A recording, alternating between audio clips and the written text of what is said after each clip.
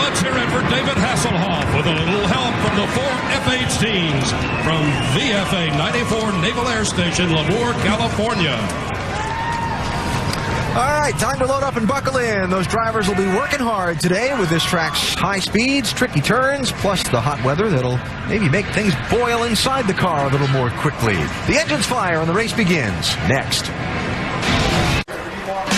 It's no California cruise for the NASCAR Nationwide Series on this Saturday afternoon. It's 300 miles of high-speed action at the Auto Club Speedway where the engines are about to fire. Top stories on the day. The Joe Gibbs Racing Team looking to win a 6th straight Nationwide Series race at this track. Kyle Busch starting on the pole, while Joey Logano starts in 5th. And for more stories, we go to pit road and Dave Burns. And Ellen, I want to talk about the 98 of Paul Menard, who's been racing so much better this year in the Cup Series and the Nationwide Series. His 8th place last week at Kansas Speedway, 2nd top 10 in a row in the Cup Series. That's the first time he's done that. His 8th place finish in the Nationwide Series, that was 5 in a row for him. If he finishes in the top 10 today, that'll be 6 top 10s in a row. That'll be a career mark for Paul in this series. Jamie?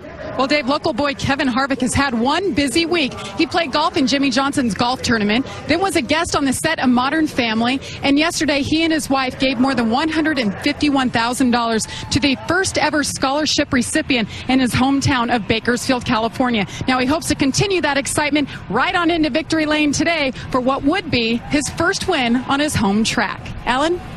Okay, Jamie, thanks. And Danica Patrick, the only repeat race of her stock car season today, the only track she'll get 2 races on in the year. She starts a season's best 14th today as she gets buckled in. And also want to mention Carl Edwards, lined up in the number 6 position today. This has been a very good racetrack for Roush Fenway Racing over the years. They've won 6 times in Nationwide Series competition here, and Carl looking to keep that rolling today as, again, he lines up his car in the number 6 position. Hot, steamy weather conditions. How are they going to play? Handling's going to be everything in the world for these teams. I mean, they're going to have to get on the track and see what it feels like right now to them. But I got a feeling, Brad, they're going to say, man, it is slick out here. Yeah, I think what we're going to see, we'll find out early who the dominant cars are going to be throughout the day. They're going to take off, try to check out. It's going to come down to making sure you hit your pit stops accurately, maintain that track position, and finish the day as strong as possibly can. And again, the last 2 races, green, white, checker finishes. Well, that's fun. Feisty. I guess that's my word of the day, feisty. Because that's all I can think of when I look back on the last 2 here. Feisty finishes. Yeah. And even though the outcome was the same, it wasn't easy getting there. That's right. Very, very aggressive, these guys get. The track's wide, it's fast, they can do that. You heard Keselowski saying the draft plays a big effect here. I expect a lot of the drafting out there here at the track today. All right, so drivers finishing buckling aboard and getting ready to go. They've removed the pre-race stage. And you know what that means. It's time to get the command to fire engines and get this race started. Let's go trackside right now. Race fans, it is time for the most famous words in motorsports. Please welcome the CampingWorld.com 300 Grand Marshal and host of CBS's multi-Emmy Award-winning Sunday night series, The Amazing Race, Phil Keoghan. Is everybody ready to race? Drivers, start your engines!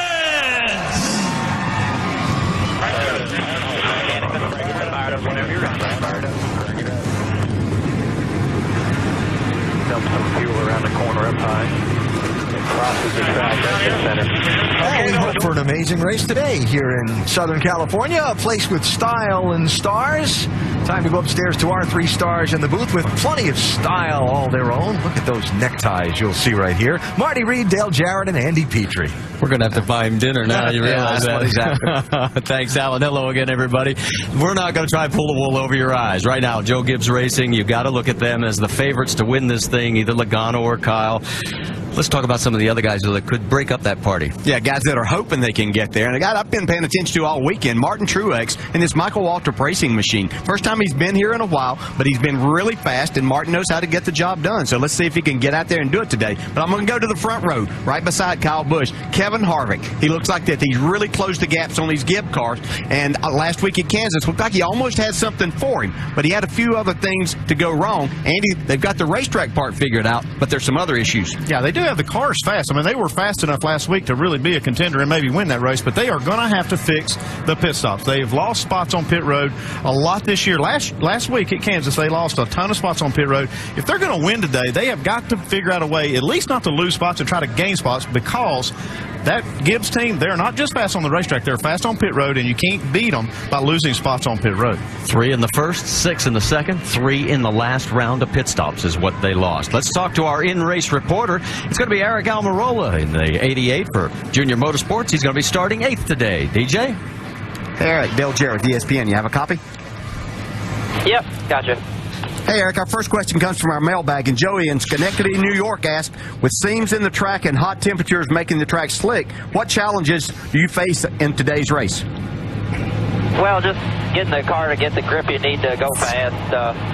Track position is going to be really important, but also just having grip, mechanical grip, is going to be really important today. The track slows down a lot on older tires, so we'll just work real hard on keeping our grip in our car, and hopefully we'll have a good day. Hey, Eric, my question to you is, your 4th race with this race team, how's that line of communication going? And most importantly, is your crew chief, Tony Eury Sr., listening to what you're telling him about the race car? Yeah, Pops is really good with these cars. We've been having a lot of fun together. It's only been 4 races, but we've had a lot of fun, and we've been doing good. We got good cars. They bring good cars to the racetrack every single weekend. So we just got to go out and not make mistakes like last weekend. I got myself in a position I didn't need to be in last weekend, and we just got to do a better job of that, or I got to do a better job of that, and go out and have good, solid finishes. It's a lot of fun racing for Junior Motorsports, and hopefully we'll have a good day with our GC Vodka Chevrolet today. All right, Eric, thanks for talking with us. You have a great day, and hopefully we'll talk to you later on. Now, Andy's going to talk to your crew chief, Tony Eury Sr. Hey, Pops, it's Andy in the booth. You got us? Sir, loud and clear. Hey, we just heard Eric talking about the communication between the two of you. You've had a lot of drivers in that car this year. Have you had to make a lot of different changes? I mean, when you have a different driver in the car setup-wise? Yeah, you know, it's like a learning process. Every time you put somebody different in there. You know, that's exactly why we tried to get Eric in the car earlier. We got six races here to learn each other, figure it out, and when we go to Daytona, we'll be ready to go for that championship next year. Okay, Pops, thanks for talking to us. Got a good starting spot. Good luck. All right, thank you. And you already know that Eric Almirola is going to have one of our onboard cameras. Let's show you the others. We'll start off with Danica Patrick, Justin Allgaier, Joey Logano, Brad Keselowski, Kevin Harvick, Mr. Leffler. Jason's up there with Stephen Wallace. Stay with us when we come back. We're going green. At Auto Club Speedway, cars are on the pace lap. Let's show you the starting grid across the top of your screen. We'll tell you 2 did not qualify, Johnny Chapman and Eric McClure. And let's get the final update from pit row, because we've got 2 drivers with very different backgrounds. How about it, Doc? You're right, Marty, and today marks the first and only time Danica Patrick has ever returned to a racetrack where she's actually driven a stock car. Although her visit here in February was forgettable, she qualified 36th and struggled to finish 31st. But this weekend has already been memorable for her, because she has a career-best 14th place starting spot, and she was 4th fastest in final practice yesterday, and she's hoping maybe for her first ever top 10 finish. Vince? Southern California is the mecca of motocross.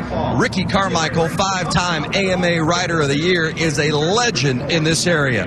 But this is a new 4-wheel challenge for him here in the Nationwide Series. Carmichael was solid in his debut last week at Kansas and was fast Friday here in practice before a late crash sent him to the backup car.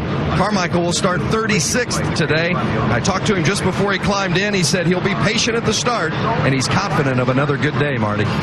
All right, thank you, Vince. As the cars keep going around, the lights are out. Next time by, we'll be going green. Let's go over the wall, and our pit reporter over the wall is going to be the front tire changer for the 66, Mark Hollywood Armstrong. And Hollywood, since we're in Hollywood, did they roll out the red carpet for you guys? Well, Marty, no red carpet down here, but what is down here is a very wide pit road, and that in itself takes a little bit of pressure off for these crew guys. They're able to hang it out a little bit. They don't have to worry about the car behind them or the one in front of them. So look for a lot of excitement down here. But what does get the red carpet today with us is a good friend of ours up atop the pit box, is Don the Snake Perdome. There he is. That's four-time funny car champion, two-time owner of Larry Dixon and Top Fuel, winning championships there. Snake, great to see you out here again. All right, let's get ready to go green. Two cars going to the rear. Mike Wallace in the 01 for an engine change, and Morgan Shepherd in the 21 for unapproved adjustments. Our track facts, as you take a look, obviously don't go over 55, you're going to get busted, but everybody is talking about the seams, GJ. Yeah, and you can't really avoid them, but you will see these drivers try to drive around them as much as they possibly can. And the most important thing, because they only have 14 degrees of banking, is to have the car straight whenever you're going across them on the exit of the corner. Get a great view of what they look like right there, and the hotter it gets, it seems the slicker they get. Yeah, they do. This is just tar that's filled in these seams where this track was put together, and just as you said, this temperature goes up, makes these things even more difficult to deal with. So the 43 cars that qualified earlier this morning are now coming out of turn number 4. Pace car turns down off of the track and onto pit road, led by Kyle Busch, Kevin Harvick, Brad Keselowski, Martin Truex, and Joey Logano. Those are the same 5 guys that finished in the top 5 last week at Kansas in the Nationwide Series. And here, the CampingWorld.com 300 is now green.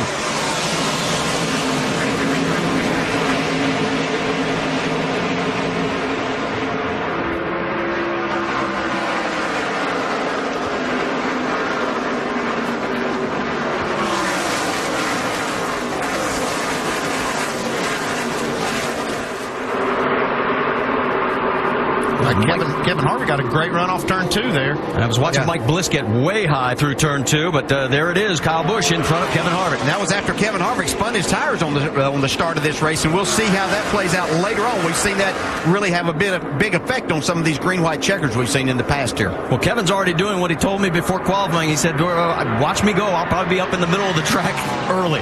Yeah, he's actually further up than the middle. You saw Carl Edwards right there. He was all the way down on almost the apron on the front strip. Brad Keselowski's going to try the low line to get underneath Harvick for that second position. Right now, Harvick's able to carry the momentum. Keselowski falls back into position in 3rd. Truex is in 4th. Edwards 5th. Logano 6th. Side-by-side action now as they come down the straightaway there. The one car of Ryan Newman. Underneath the 66 is Stephen Wallace. Here comes Reed Sorensen in the 32 trying to take a look inside as well. Justin Allgaier got the door slammed on him by Stephen Wallace as they come out of 4.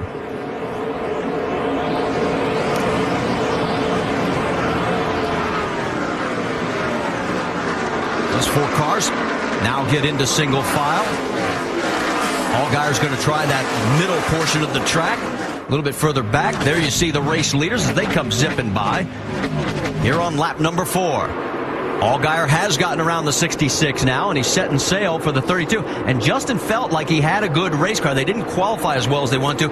It's the same car they won with back at Bristol. Yeah, and what I can see right there is he's taking a different approach, backing out a little bit early and getting back to the throttle soon. See Carl Edwards taking the spot away from Martin Truex Jr. here early. I've been watching Carl Edwards since the start of the race. He's steadily moving up. Now, he didn't qualify that well. He had a bad draw. He kind of went late in the session, so he's making his way to the front. One car has already taken it behind the wall. Jeff Green has become our first start and park of the day. There you see Carl. He is 4th, followed by Logano in 5th. Martin Truex now in 6th. And our in-race reporters moved up to 7th, Eric Almirola. There's Danica Patrick. She's the one car on the in portion, and she is further back in the field right now. I'll give you an update on her. She is running 17th. How about this battle going on? Because here comes Jason Leffler taking a peek on Stephen Wallace. That is for 12th. You can see the difficulty that these guys are having trying to make a pass on that bottom side. It's obviously the shortest way around, but sometimes that doesn't always work. Well, we were talking about 3 and 4 wide. Here's our first gathering and look at it as Allgaier still on the move. Gets around the 1 of Ryan Newman, and he is on the flying side of the track. That's what's so great about this track. I mean, they can run 3 wide all the way through the corner, no problem. Kevin Harvick now starting to put some pressure on Kyle Busch. Kyle still going to the bottom of the racetrack. Harvick staying up higher. Yeah, what you can do with this top side is really keep the momentum up through the center of the corner, make you a nice run off, and that makes the straightaway even longer. These two are trying to make it their own little private show right now. They've got a 1.4 second lead over 3rd place. Brad Keselowski. There you see the gap on your screen.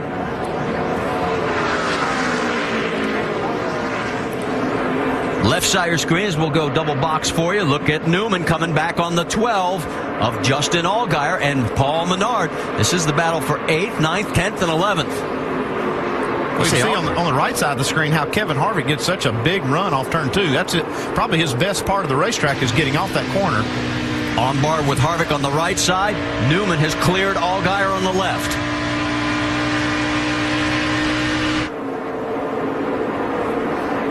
This time by will have completed lap number 7. And so far, Kyle Busch picking up where he usually likes to run here, right up front.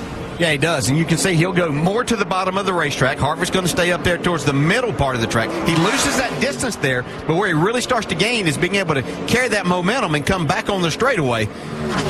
What he'll have to hope for is Kyle get to the point that maybe his car is a little bit tight in the center, and then he can make a pass and get that run better, Jamie.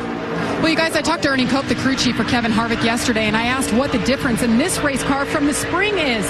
He said they brought a different race setup. They said it turns better through the center. They've run it a couple times this year, and it seems to be a lot better, and that's exactly what you guys are talking about. He's rolling through the center better than the 18, and that is where he's making up his time. Well, that's something they've really been working on. They knew that the Gibbs cars were beating them, and it was a lot of it in the center of the corner. They're making their car turn better where Kevin could get back in the gas and utilize those good engines that he has was something they've really worked hard on. Left side of your screen, Danica Patrick's just been passed by Trevor Bayne. Puts her in the 19th position, so she's dropped 5 spots here in the early going. But looking at her lap times, she's running 43.5. The leaders are running 42.2.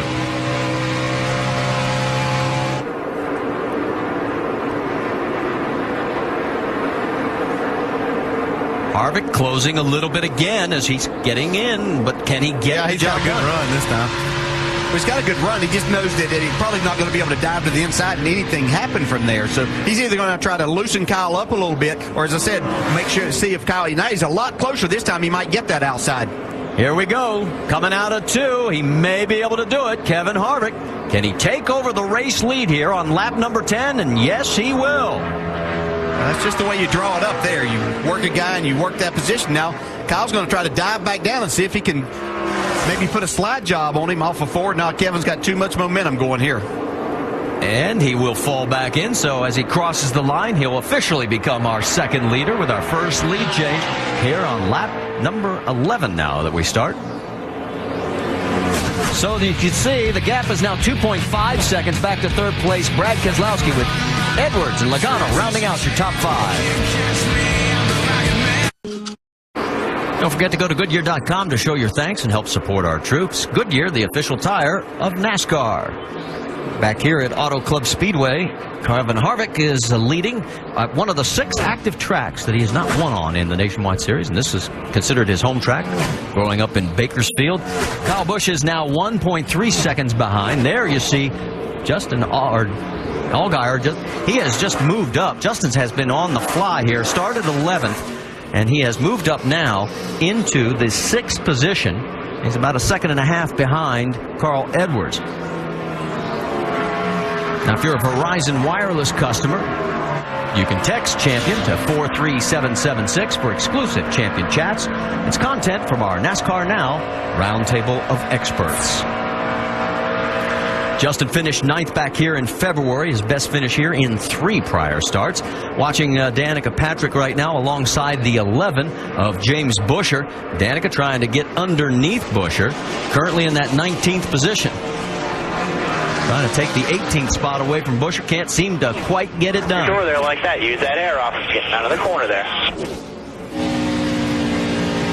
And we just heard Brewer talking about that in the pre-race show. Yeah. About how you do that. Yeah. And she did a nice job there. And what you have to do with that inside car is you have to separate yourself a little bit. Don't let that other car get down there and take that air away from you. Car slow on the apron. Is that Jason Leffler in the 38? It certainly is. So Leffler in trouble here early. This is definitely not scheduled. Pretty quiet. Yeah, too quiet. So a tough break for Leffler. Jamie, what's going on?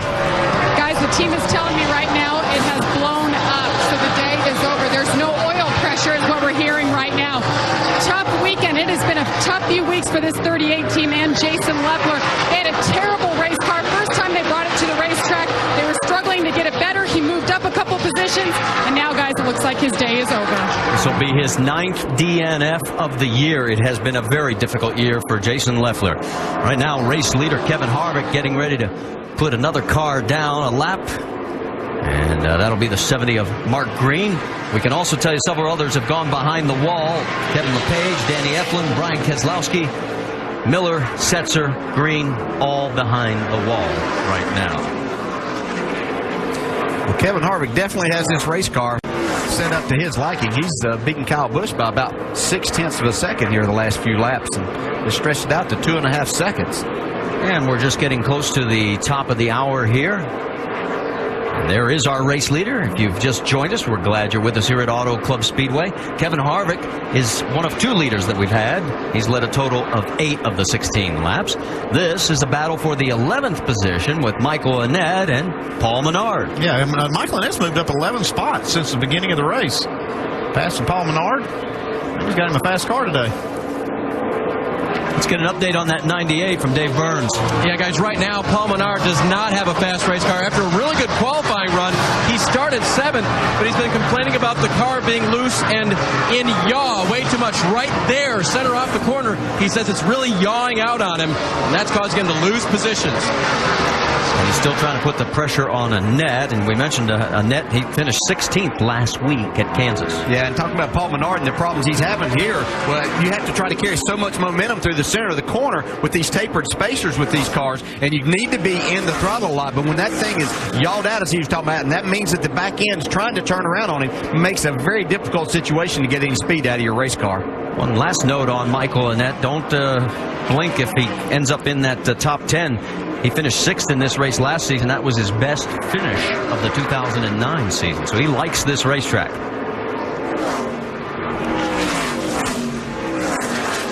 Not missing anything up front. Kevin Harvick still leads by 2.8 seconds. This is one of the tightest battles we have on the track. There is our race leader. Kyle Busch running in 2nd. He kind of turned the tables on Kyle Busch. Gets out front and lets Kyle look at his rear bumper for a while. He probably done. I know Kevin Harvick's done a lot of that this year, looking at Kyle's. Well, Kyle's got a few lap cars he's going to have to get around to see that bumper for a while. There you see his serial right now and how he has lost ground to the race leader. Doc? Yeah, Kyle Busch has said the car basically, guys, is just tight on exit of 2 and 4, so he can't get the car to turn. The spotter helped Kyle a little bit, and then watching the line that Kevin Harvick was running when Kevin was running him down to pass him, Kyle made a move up to the 3rd groove. Into the 4th groove, it didn't make much of a difference. We're going to have to make an adjustment on the first pit stop, so the car won't be quite so tight on exit. You can see he was making an adjustment right there while he's on the racetrack still. He got left side tires down on the apron. That's something you can do here, is get those left sides down to help make your car turn a little bit better. Battle for 7th right now with Reed Sorensen in this position, and Martin Truex Jr. wanted to take it away. Actually, Reed Sorensen just took that position away. Yeah, Martin said his car had a lot of speed in it, but they weren't quite as happy as they wanted to be yesterday in the longer run. So it looked like they're still battling that. You can see the back end of the car sliding a little bit there. Reed starting to open up a little bit of ground. Guys, we're talking about how rough that backstretch is, and you can actually see it visibly on our shots from there. Here's Joey Logano and Brad Keselowski. This is a battle for 3rd as this has begun to heat up. Keselowski, of course, the points leader by right now well over 380. It is no longer really in doubt. Mathematically, it hasn't been clinched, but everybody's pretty much in agreement that Brad would have to basically retire to not win this championship. Here comes Logano, side by side, drifts up close. There you see Joey using that side draft. He gets over just a little bit close to Brad Keselowski and tries to use that draft to get an advantage. You can actually slow that car down a little bit doing that. Well, and he also was able to use Robert Richardson as one of 2 picks. Robert Richardson in the 23. We've seen Coleman Presley in that car some this year, and he won the UARA championship earlier today at Rockingham. So congratulations to Coleman. Kenny Wallace also being passed right there. That team came out with extremely limited funds. They're still looking for more sponsorship. Let's get an update from pit road, Dave. And Marty, it's on the 20 of Logano. I think I know what they're going to need to go to work on. Recently, Joey has had trouble on the short runs with his car getting up to speed. You see, he didn't really make much progress early on in the run, and his car was very, very loose. He did report that it was slowly tightening up and coming to him. Thus, he's been able to get around the 22, but he did say he wants it to be way tighter at the start, and that's something they're going to have to work on throughout the day. All right, thanks, Dave. Let's update you on some more starting parks. David Gilliland has put it behind the wall. Danico Quinn has just gone behind the wall as well. So as this battle has settled down for the moment between Logano and Brad Keselowski, let's go check in on our race leader as he's coming up on Morgan Shepherd. And right now, Morgan would be in 29th position, so that would give us 28 cars on the lead lap when he gets lapped. There is second place, Kyle Busch. But boy, right now, Kevin Harvick is the man to beat. Joey Logano's 8 seconds behind the race leader. Kyle Busch, 3 behind. Sizzling day in Southern California, the NASCAR Nationwide Series racing at the Auto Club Speedway. About time for the pit crews to become the stars of the show as we are in a long green flag run to start the race. Not all that unusual on this speedy 2-mile track. Caution free so far with Kevin Harvick out in front after taking the lead from Kyle Busch on the 9th lap of this race, and Kevin has opened up a 3.8 second gap on second place Kyle. And we're closing in on what would be the first set of pit stops. In the last 2 races here, the first set of pit stops have happened at lap 34 and at lap 39. We're at lap 28 now, so beginning to close in on that pit window. And the pit stops, Rusty Wallace and Brad Daugherty, lead us to the story of Kevin Harvick's crew versus Kyle Busch's crew. One that's been the stars of the season, one that's been struggling. The Gibbs teams have had fantastic pit stops all year long, been real reliable. They've been quick, about 13-second flat pit stops. And the Kevin Harvick's team, on the other hand, they have really struggled with that. And we've seen Kevin in the past get good leads, have a great car, only to be ruined when they come down pit road, Brad. Yeah, and a lot of times we've also, we've seen Kevin trying to catch that 18 car, so putting even more pressure on his pit crew to perform. He has a dominant car right now. We'll see after this pit stop if they can maintain that for him. Check this out. 6th, 7th, and 8th. Sorensen in the 32. Carl Edwards in the 60. And Martin Truex Jr. in the 99. That's Allgaier just in front of them in the 12. I've been wondering what's going on with this 99 car because he fell back a little bit at the start. Doc, he's trying to dig it back a little bit. There's a couple more spots. Alan, he's only been in a Nationwide car twice in the last 4 years, so he has not been on a track with this much temperature and heat. The car, to put it in his words, is absolutely sideways. Said, I'm having so much trouble hanging onto the car. They're actually going to pit a little bit early coming in on lap 41. He's called for a big-time adjustment to the track bar and air pressure. Now, if my math is correct, he just got 3 spots in 1 lap there. That's you might want to leave that thing alone. Leave it loose. Drive the heck out of it.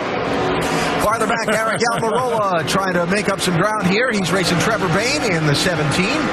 Alan, what's one thing you've been watching, though? These guys have been on the bottom of the track, the middle of the top. They got a lot of options out here now. They're searching around, trying to get their car handled the best. And in my mind, this first pit stop will be very important to get these cars tuned up because it's hot. It's 90 degrees outside right now. And this race going on back for 14th and 15th positions. Almirola started in 8th, so that 88 car been losing some ground in the opening run of this race. He, like Martin Truex Jr. we talked about a minute ago and many others, can't wait for that first crack at an adjustment on a very warm day here in California. Kevin Harvick has opened his lead up further to 4 seconds after 30 of 150 laps in Southern California. But we're focusing our attention with Justin Allgaier. He's under attack from Reed Sorensen. Dave, what's the latest you're hearing on Sorensen? Well, Marty, he's moving forward, which is good news for his race car from 12th to 7th on this first run. But he's got some comfort issues inside the cockpit. Listen to his radio transmission. Cruise is burning my neck. We heard that about lap 20. He's been dealing with it ever since. Let's go to the Craftsman Tech Garage and Tim Brewer. Tim, what kinds of things can get in there and really burn a driver up in the neck area? It's all about heat, Dave. These engines do not have oil in the oil pans.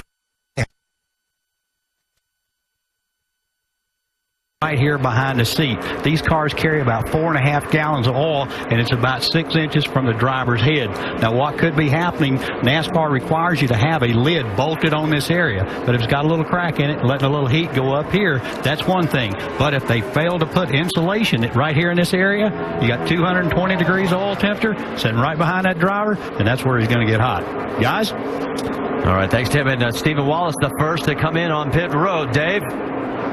And Marty, his car was, in his words, super tight.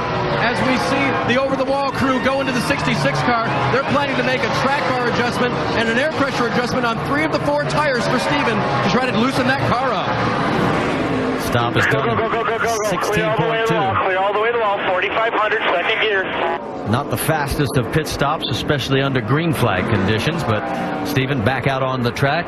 Kevin Harvick still leading by 4.3 seconds over Kyle Busch. Then it's Joey Logano, Brad Keselowski, and Martin Truex Jr. rounding out top 5. Yeah, and you talk about Martin Truex Jr. He's the fastest car on the racetrack. We heard him talk about how loose his race car was, but he has made it fast. He's driving a little different line, getting into the corner, right up against the wall, getting out of it early, but man, he is making a lot of time. 11 cars pulled in. James Busher, there's his stops there on the left side. I can also tell you Willie Allen made a pit stop. So did Mike Bliss. These are cars that are already a lap down. I'll tell you one problem. You heard talking about Martin Truex Jr. He's wanting to tighten that car up.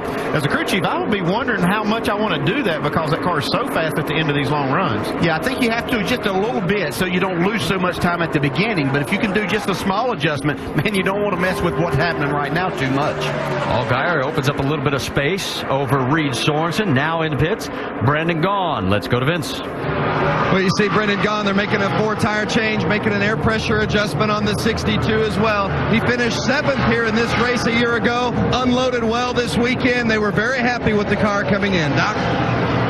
Kyle Busch coming down 55 miles an hour, 4,700 RPM. You see the left side of your screen here, diving into his pits. The car has been very tight on exit. Air pressure adjustment, 4 tires. They're going to go ahead and make a chassis adjustment here to try to help him on exit. Kyle had tried to change the line on the racetrack, but to no avail. Left side tires going on. Meanwhile, Kevin Harvick exiting the racetrack and coming down pit road. Carl Edwards also in, Doc. You see him right there. They're on the right side. Doc, let's take it away. Yeah, very loose for Carl Edwards. And Carl had said the hotter it gets, the better I'm going to like it. But the car's a little bit too free all the way through the corner. Air pressure adjustment for Carl. He is down and away. Jamie. Well, Kevin Harvick had a 4-second lead. Remember last week he had 2 slow pit stops that cost him a lot of track position. No adjustments. Of course, the car is flawless right now. 4 tires are going to fill it up with Sunoco fuel. Let's see the time clock right there, the bottom left. While it takes away, let's go to Dave Burns. And Jamie, the 20 of Joey Logano is in. They will change 4 tires full of Sunoco fuel. They made a chassis adjustment and air pressure. The car was a little bit tight in the front of the race car, he said, about lap 25. Joey is gone. Also in, Brad Keselowski. Doc? Adjustment on Keselowski. The car very, very free, but he is down and away 4 tires. And right in front of Keselowski, they're waiting on Martin Truex to come down. Let's check in with Vince. Danica Patrick. Danica Patrick.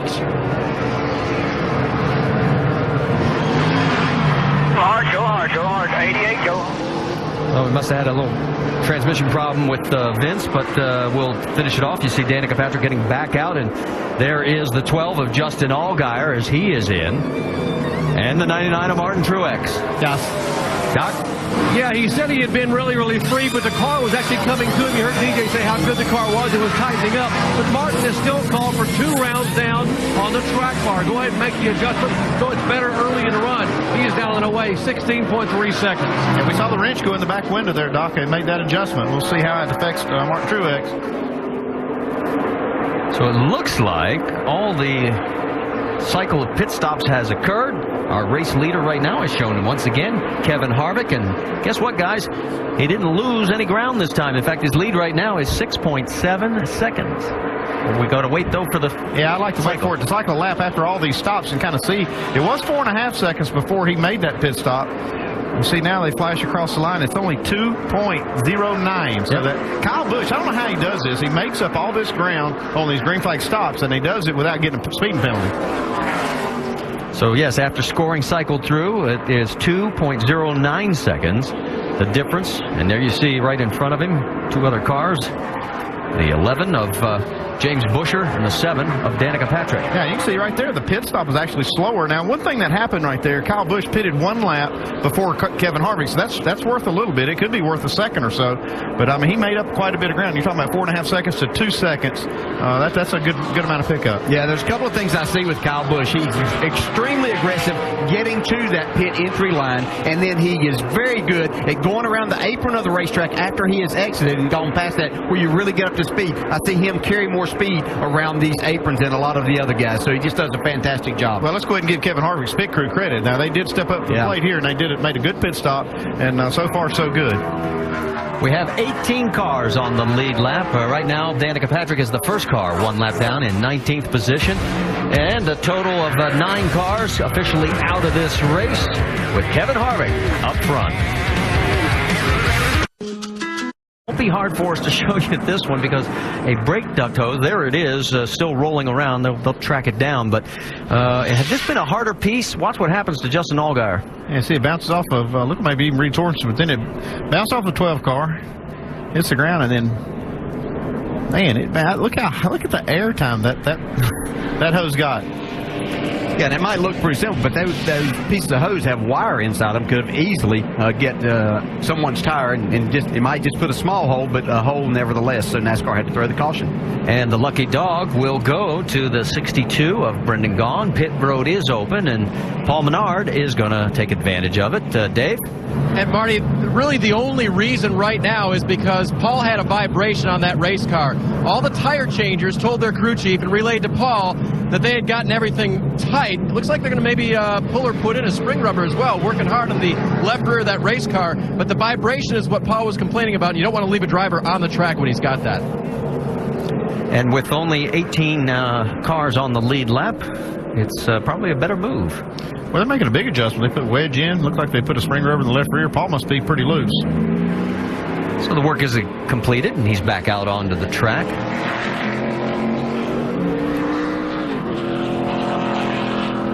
Carl Edwards, as he is running in 6th position right now. Let's get the latest from pit road, Dr. Jerry Punch.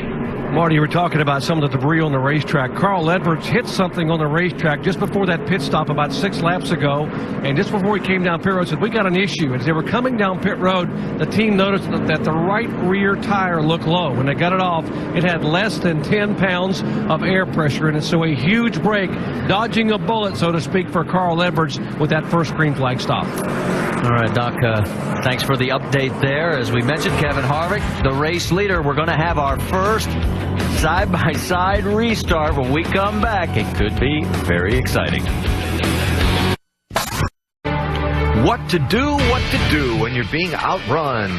Kyle Busch's team, Joey Logano's team, all the other teams on pit road, with the exception of Kevin Harvick's, trying to figure out how to stop the Speedy 33 a third of the way through today's NASCAR Nationwide Series 300-miler here in Southern California. Before we go back to green in a half a lap, we remind you that tomorrow it's the NASCAR Sprint Cup Series Pepsi Max 400. Our coverage, ESPN, 3 Eastern time. NASCAR Countdown is on ESPN as well tomorrow at 2 Eastern. NASCAR Now on ESPN 2. Pre-race show 9 a.m. Eastern, and the post-race wrap-up at 10 p.m. Eastern time. And for the straight liners, it's the Toyo Tires NHRA Nationals from Reading, qualifying tonight 10:30 Eastern, ESPN 2. The finals tomorrow 9 Eastern. Note that is ESPN. Well, Kevin Harvick's had the better of Kyle Busch in the opening run of this race. Now, after the first caution, Kyle's going to be to Kevin's inside for a restart that's going to come as we hit the 1/3 mark of this race real quick as they come to the green. So you got anything for him on this one? I think he really does. He's proved he's got a fast car throughout this whole run, but they're all stacked up together now. Let's see who's got the best hot rod. Watch for guys spinning their tires here. We've seen it on restarts before. Here we go.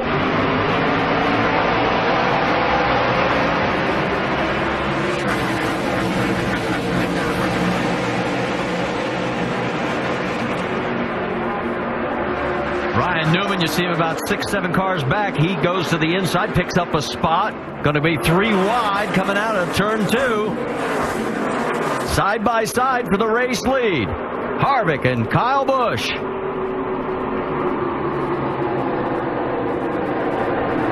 Kyle's going to bend that low line. Here he goes down into 3. Yeah, he's really making this work on these fresh tires. We saw him strike out early in this race and lead. Kevin Harvick ran him down, but Kyle Busch showing a little muscle right now. Maybe the adjustment they made is just what he was looking for. Look a bit further back. That's Michael Annett side by side. Here comes one of Rusty Wallace's cars. It is the 66 of Steven. He's side by side with Eric Almirola. Paul Menard right behind that mix. On the high side there, left side of your screen, Trevor Bayne in the 17. And that car looks wicked loose. And whoa, speaking of loose, Wallace almost gets it turned around. It's a nice save by Stephen Wallace. Kyle still hugging the bottom of the racetrack. It is Busch, Harvick, Keselowski. That's your top three, followed by Joey Logano, Carl Edwards, Martin Truex, and Justin Allgaier on board with Keselowski. Yeah, we can see from that last shot, Kyle Busch still utilizing that apron. You have to think that he's still a little bit tight with his setup. Mike Bliss on the low side of this three-wide gathering, and it is Paul Menard on the high side, the 17 of Trevor Bayne.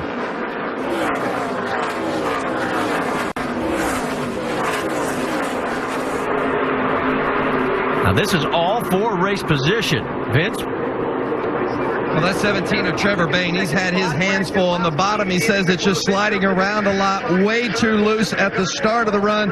Said he felt like they've given up too much at the start of the run, each of these last two restarts, feeling as though their car gets better late in the run, but by then they've given up too much and have too much ground to make up. If he can get it going early in the run, they might have something. Paul Menard gave him a little bit of a nudge there, and he was able to gather back up left side of your screen. Great battle going on between Truex and Allgaier for sixth.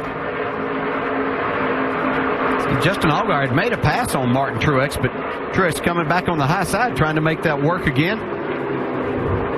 They're side by side right behind them. Ryan Newman and Sorensen and Almirola. Now Harvick still on the high side. Now he's under attack for second place. Brad Keselowski coming up alongside.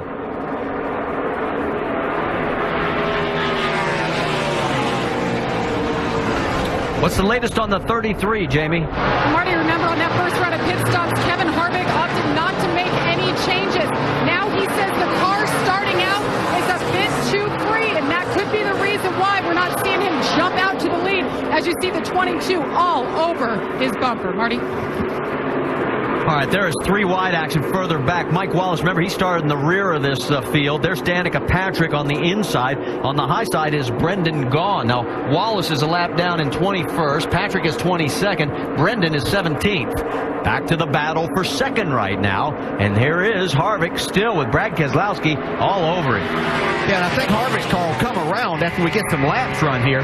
He doesn't want to lose too much more contact with Kyle Busch, but what we've seen with these looser race cars, as they get some laps, this place will typically tighten up a little bit. Yeah, we saw that with the 99 car, Martin Truex. His car was really loose, slid back, way back, but he started coming like gangbusters at the end of that long run. Well, it reminds me of the very start of the race. Kyle jumped out to the early lead. Then it was Kevin who reeled him in and then eventually took the lead 9 laps in to the start. So we'll keep an eye on, see what happens this time around. Yeah, I think watching Kevin's car right now is starting to come to him a lot better. Yeah, it's kind of hitting the sweet spot for Kevin. It's definitely coming back towards Kyle Busch. How about Carl Edwards now on the back bumper of Joey Logano?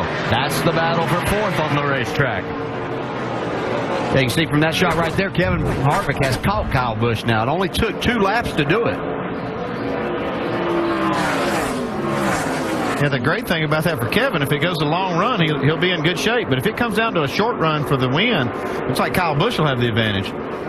Boy, and look at Logano and these guys all getting together here with Keselowski and Joey side by side, and all of a sudden Keselowski's lost contact, and here comes Logano around him, and Carl's going to take the low line as well and try and follow on through.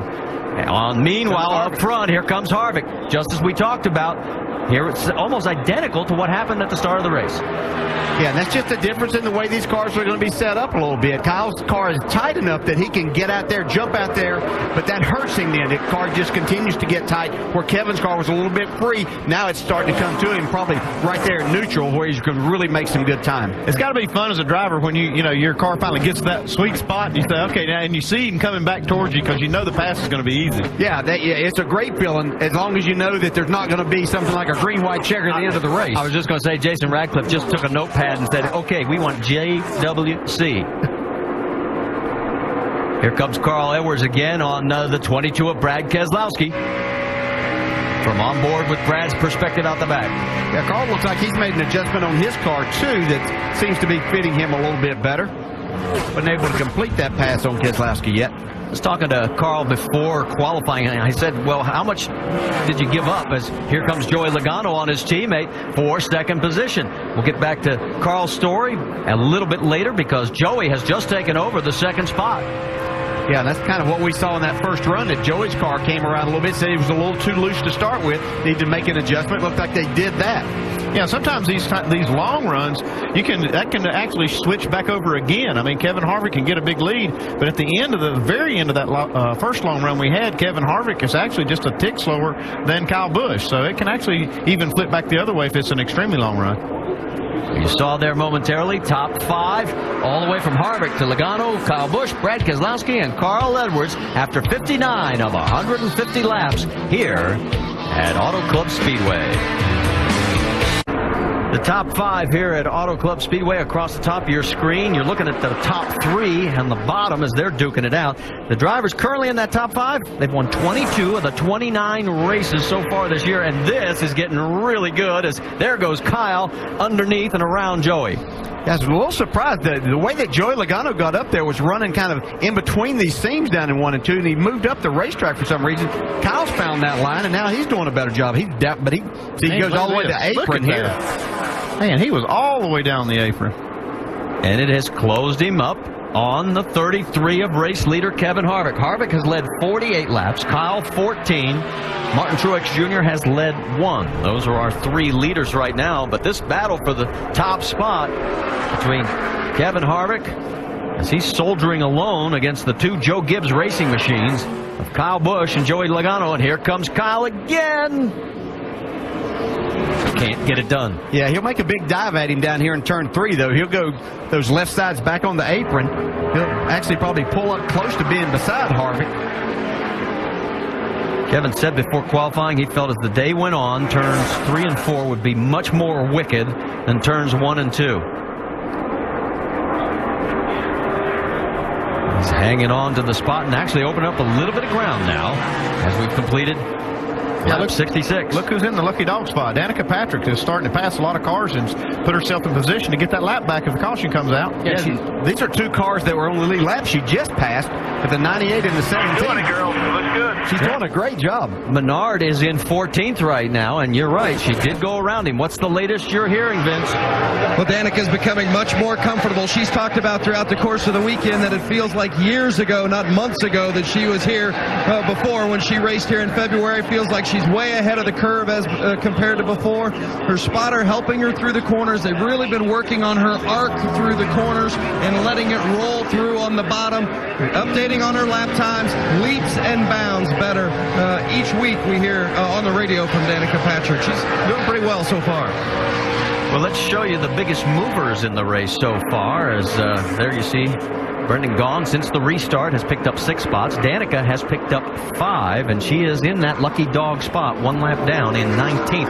And I thought the comment that really spoke volumes in the pre-race broadcast was when she said, when I came here before, it felt like a 1.5 mile track. Now it feels like a 2 mile track. Explain what she was talking about. Well, everything was happening. She was trying to take in so much and give so much information that she didn't even realize where she was on the racetrack a lot of times. And so now she comes here. We see a battle here again as Joey Logano is trying to take that second spot back away from Kyle Busch.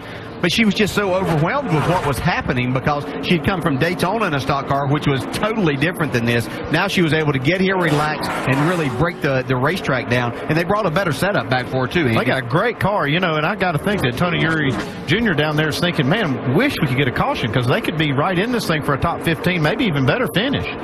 Well, as we've had the 1 caution so far, and if you really want to know how the record is for cautions, well, back in February we only had 4.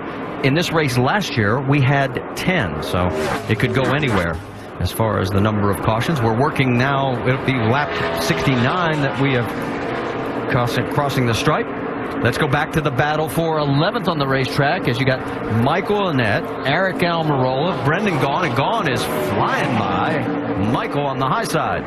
Yeah, we know Brendan Gaughan likes to get up there kind of high, wide, and handsome and make things go, and he's really making that work. Let's go back to the battle for second because Kyle, as you know about Kyle, doesn't like to be behind anybody. Well, he's not going to get out of the gas for anything. You know, there's plenty of racetrack out there. Somebody's in the lane that he wants to go. He's going to stay in the throttle and see where he can go somewhere else and make a pass like he did right there for second on Joey Logano. Go back to Brendan Gaughan real quick. He's got a little fresher tires than these other leaders. He pitted on that last caution. Looks like Paul Menard's back in, Dave. Yeah, this time they think they have a tire going down, Andy, and they think it's either right rear or left rear. They're going to go to the right side. Let's see if they change all four just to make sure. Yes, indeed, they're going to. Definitely left rear looks flat to me. So Paul not having a good day after a decent qualifying run this morning. He had run 21 laps on that set of tires, and obviously a tough break for Paul Menard as he was trying to make a career best streak and continue it here. And race still young enough that he might be able to get back. Yeah, he'd need for it just to kind of cycle around another set of green flag pit stops. If that could happen, it would work out okay for him.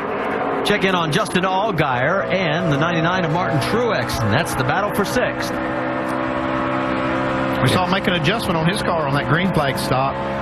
Must tighten him up a little bit at the beginning, but he's not, charging to the front like he did that first run about this point. He's actually running Justin Allgaier back down. Justin had pulled away by about 10 or 15 car lengths. Now Truex has gotten back closer to him.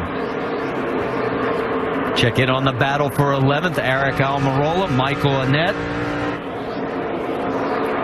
And Annett goes by him on the high side. Let's get an update on the 88, Jamie. Boy, Eric Almirola started this race 8th, and he was so loose, he just slid back. The first round of pit stops, they made a big air pressure adjustment all around, all four tires. The car has gotten a little bit better, but it's gone to the extreme opposite. It's too tight now, and he says he's feeling the left front spring hitting.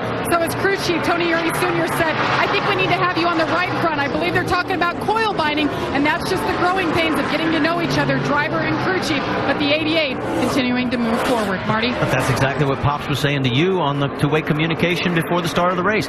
Do it now so we're ready to go next year. Yeah, that's why they're doing this. I mean, they're going to put Eric in this car the rest of the year, and that's the kind of things they have to learn.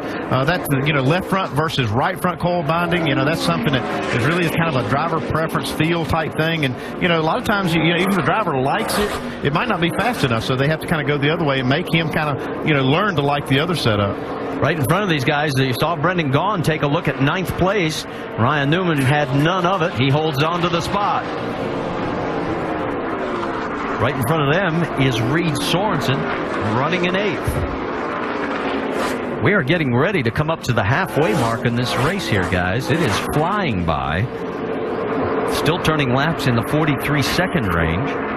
There you get a better perspective from Newman, Gaughan, Annett, and Almirola from 9th all the way back through 12th position. Where are they in relationship to the race lead? Well, here comes Kevin Harvick, and he has now got a 9/10 of a second lead over Kyle Busch. Joey Logano 3rd, Brad Keselowski in 4th. Carl Edwards rounds out your top 5. Yeah, it looks like that looseness that Kevin had at the beginning of this run is now paying some dividends. He's able to beat these two Gibbs cars by about a tenth and a half a lap. Well, as we get ready to approach halfway, we'll step aside. As we mentioned, there's your top 5. A long way to go before this one's over. Welcome back to the CampingWorld.com 300. Make sure to go to NASCAR.com for all your latest NASCAR information. Kevin Harvick is our race leader here by just about a second over Kyle Busch.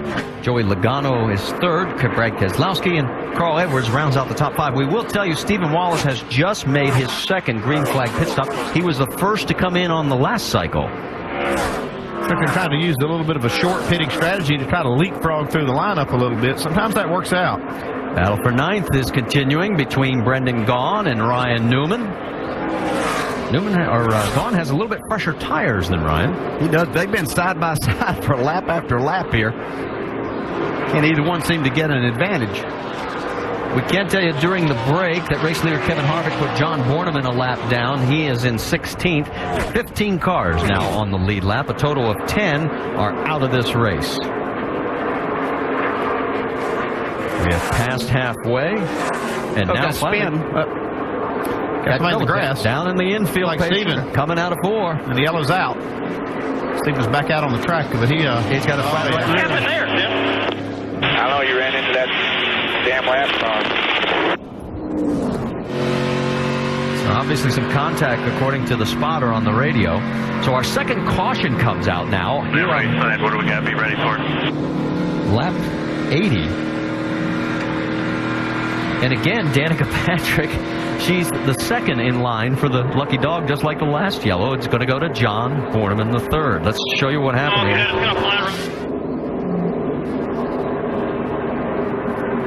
Yeah, he's got fresh tires, just pitted, and just not quite clear. Can't see who the car is. Looks like it might be James Busher in the 11. It's not quite clear right there. You can hear he was feeding the throttle there. Got in the fence. Under her. All right. And there is a great deal of damage. Left front corner, the right rear. And Steven back on pit road trying to make his way down, and he's at the far end of pit road. He was running 16th. He was the last car on the lead lap because remember he had just made a green flag pit stop. And we go over the wall with Mark Hollywood Armstrong.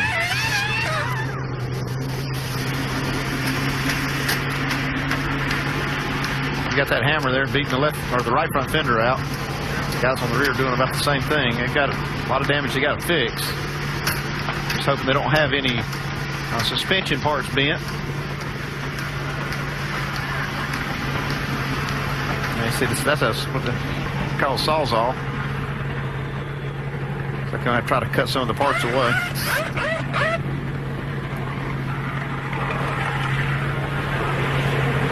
Pit road is still shown as closed, so everybody will be going another lap around. And the work continues on the 66 here in our second caution that came out here on lap number 80.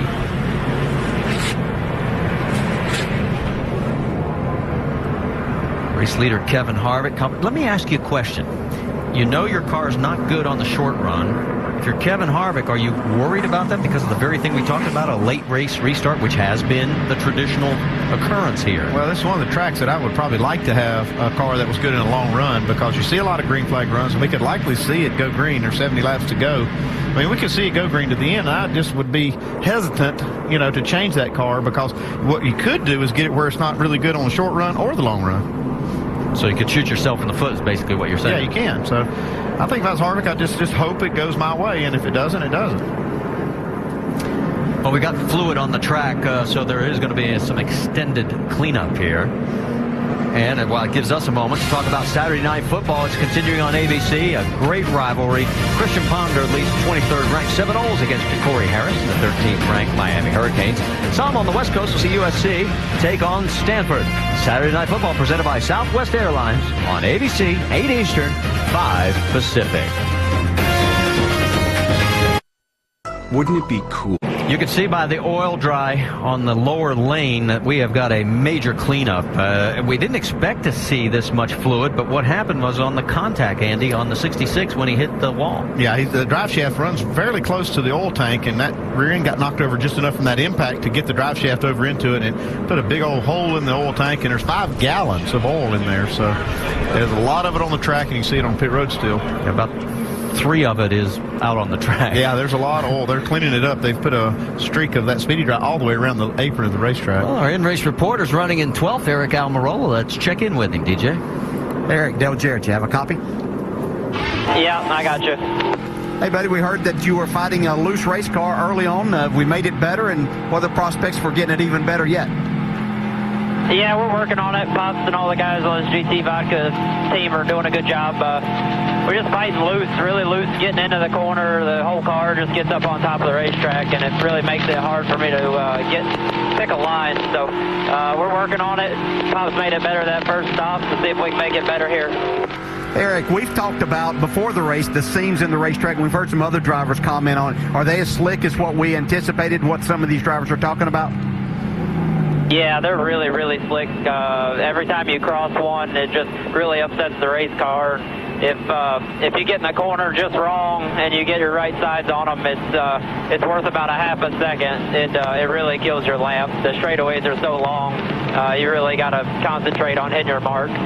So we've been fighting that a little bit too, but we'll get it fixed up here. There's still a lot of racing to go. Yeah, you're right about that. Good luck working on it, and we'll watch you go forward, buddy. Thank you. We are still under this extended caution period. They've still got a lot of oil dry out on the track from Stephen Wallace's incident. And it'll be Stephen's 6th DNF and his 8th finish of 30th or worse this season. Not the kind of race he wanted to have today. And as pits are still closed, we'll take a quick break and come back with Kevin Harvick, the race leader.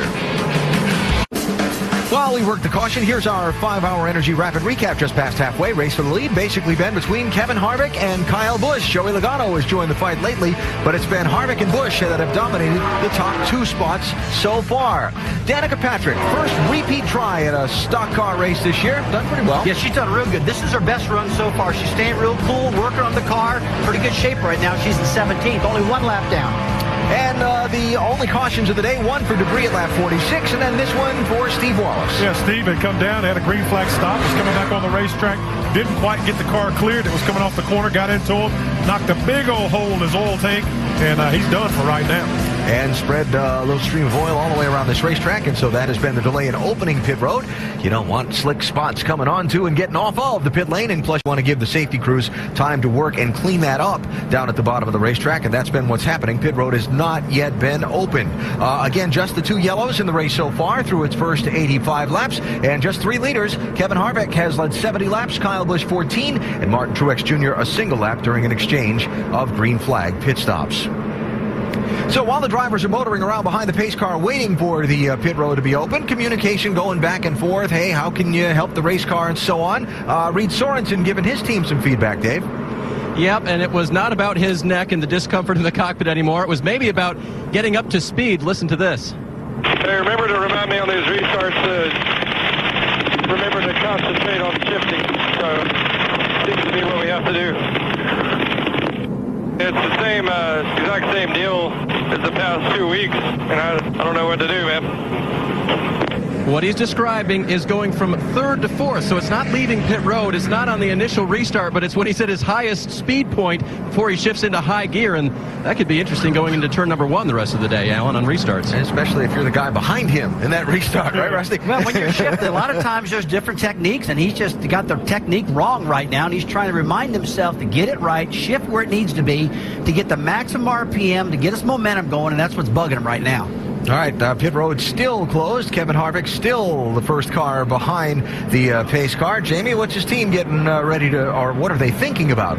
Well, they're all up on the wall right now as crew chief Ernie Cope standing here anticipating this round of pit stops. So you guys were extremely free and loose that last round. What do you do? Set up for the shorter run, or do you bank on more longer runs, Ernie? Yeah, we're going to do a very minor adjustment to tighten it up. It's just a little freer and he wants to be on entry, but we're getting such a good run off the corner that we don't want to hurt that, get it bound up off the corner. But it's going to be very small. Something if it's too much we can undo for the last stop.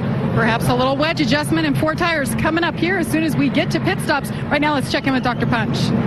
Jamie, been a very tough week for Jason Ratcliffe, who's the crew chief for Kyle Busch. And why? Because Jason, one of his good buddies and someone we've known for a long time nationwide crew member for Bruco Motorsports, Jason Terry, suddenly passed away middle of this week. Now, his nickname was Smiley. Jason Ratcliffe, that guy right there, gave him the nickname Smiley because he's always smiling and making everyone laugh and smile. On Wednesday, he went to work at the race shop, went to the doctor, had a heart attack, and passed away at the age of 39. So a tough week for a lot of people like that guy on pit road today. Vince? Danica Patrick currently running 17th. She's 1 spot away from the lucky dog. And when this yellow first came out, interesting conversation between her and crew chief Tony Eury Jr. about staying out, maybe getting that lucky dog when everybody else pits, being in position to get back on the lead lap. Danica came in showing some leadership, said, I really think that I need the 4 tires. I don't think we can go another 20 laps on these tires with the way the car is feeling right now. I feel like I'd have a better chance racing them on fresh tires. Tony Eury Jr. looked back over some of the lap times, said he agreed. And interesting to hear the conversation between the two as they continue to familiarize themselves with one another as we see the cars head to pit lane. Kevin Harvick, Kyle Busch, all the lead lap cars coming down pit road. Remember, we've had the spotlight on the Harvick pit crew throughout the day. Let's see how they do here. Jamie?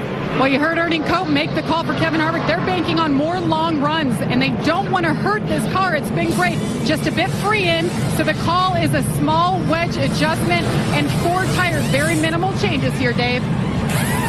Third place Logano needs the front end to grip, air pressure out of the right, front down on the track bar, a half round. Watch the oil from the 66 as you accelerate out, Doc. Middle of your screen, Brad Keselowski said, I need front grip. That's air pressure and weight for crew chief Wedge, for crew chief Paul Wolf. Bottom of your screen, Kyle Busch said, I'm loose in, tied off, just an air pressure adjustment only. As they drop it off the jacks and head back toward turn 1. Oh boy, watch the Nationwide Insurance race off of pit road. Kevin Harvick is going to be yelling at some folks here shortly. I can tell you that right now. Can we not win a damn race? And Carl Edwards up 4 spots. The Roush Fenway guys getting it done for driver 60. So, little shuffle of the standings here. We'll see if Harvick has a car he can charge from behind with now.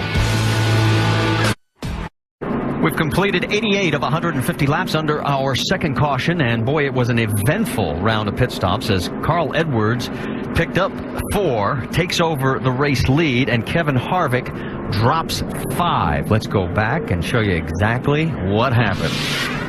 Okay, you see Kevin Harvick, he's led the race all day, had a great car. The pit crew did a good job that first green flag stop, but man, they have a totally disastrous stop right here on the right side. You see the rear tire carrier having a real hard time getting that tire up on the axle. They come around here and try to, minimize the damage on the left side, but it's already done, and losing 5 spots on pit road. Kevin Harvick has led more laps here today than any time else in the 16 starts that he's had in the Nationwide Series here at his home track. And if he wants to win his first race here in the Nationwide Series, he's going to have to rally back again. He's going to restart in 5th. Now, if you're wondering, where's Kyle Busch? Let's take a look at the pit comparison. Carl Edwards had a great pit stop, 13.3, and his team gained all those spots. But you can see at 9.6, that's where all the problems were on Kevin Harvick's car. All right, let's check in with Jamie Little on what happened on that pit stop. Well, you guys, there was a good reason that pit stop was slower. Josh Chaney, the rear carrier, as you mentioned, you saw him a little slow. He got gas in his eyes, something that we saw a couple of times. There he is right there. They've been washing his eyes out, but we saw it a couple times last week at Kansas. You see the medical field there washing his eyes out, and the gas man said he was just down low, and when he pulled the can, the gas just flew in his eyes. So that's a good reason why that team lost 5 positions. All right, Jamie, and obviously the crew will continue their work. Now, as we see all these cars, you're saying, wait a minute, I don't see the 18 out there. Well, Kyle got busted for speeding. Remember, there were 12 speeding penalties that Alan talked about at the beginning of the broadcast? Well, Kyle is going to have to serve that penalty as he moves to the back. Now, 3 races this year have been won by drivers receiving speeding penalties. Brad Keselowski at Talladega, Kyle at Charlotte and Chicagoland. So he can do it, but he's going to have to come from the back again. He'll restart in 15th position. John Bornham in the 3rd, got the lucky dog. He's back on the lead lap. We had wave rounds of Menard, Green, Kenny Wallace, and Tony Raines, and we're racing again up front with Carl Edwards taking the high side.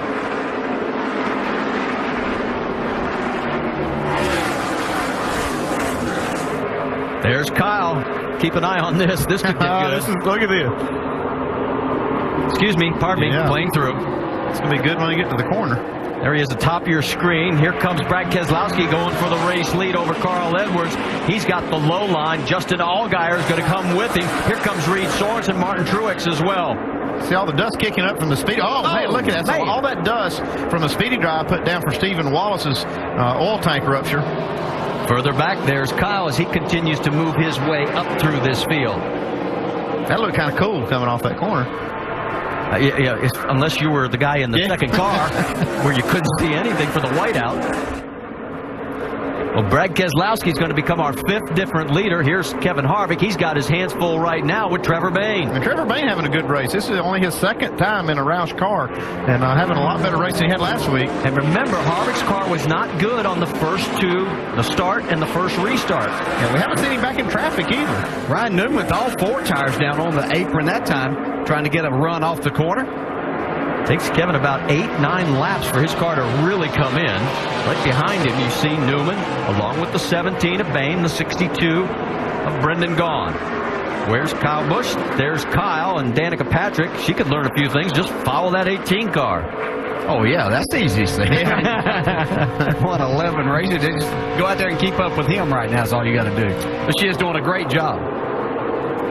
Danica right now running in 19th, and again, she's back in the lucky dog position. I think it was a great decision that they made to go ahead and get tires instead of taking that wave around, because she's got a fast enough car today to race her way into that lucky dog spot should the caution come out.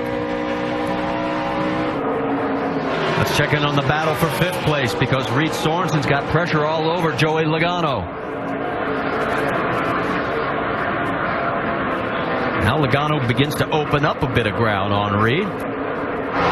Let's get an update, Dave. Hey, Marty, that's 5 spots gained since the restart. So the question is, where did Logano go on that round of pit stops? He restarted 10th. He had been running 3rd. Just talked to rear tire changer Jonathan Sherman about what happened on the right rear. Got the tire off, and when he was indexing the right rear tire back on, it got caught up in the wheel well. These guys pit Denny Hamlin's car on Sundays. They have a much bigger wheel well to work with, and Jonathan said, I just got the tire caught up as I was putting it back on. Cost him time.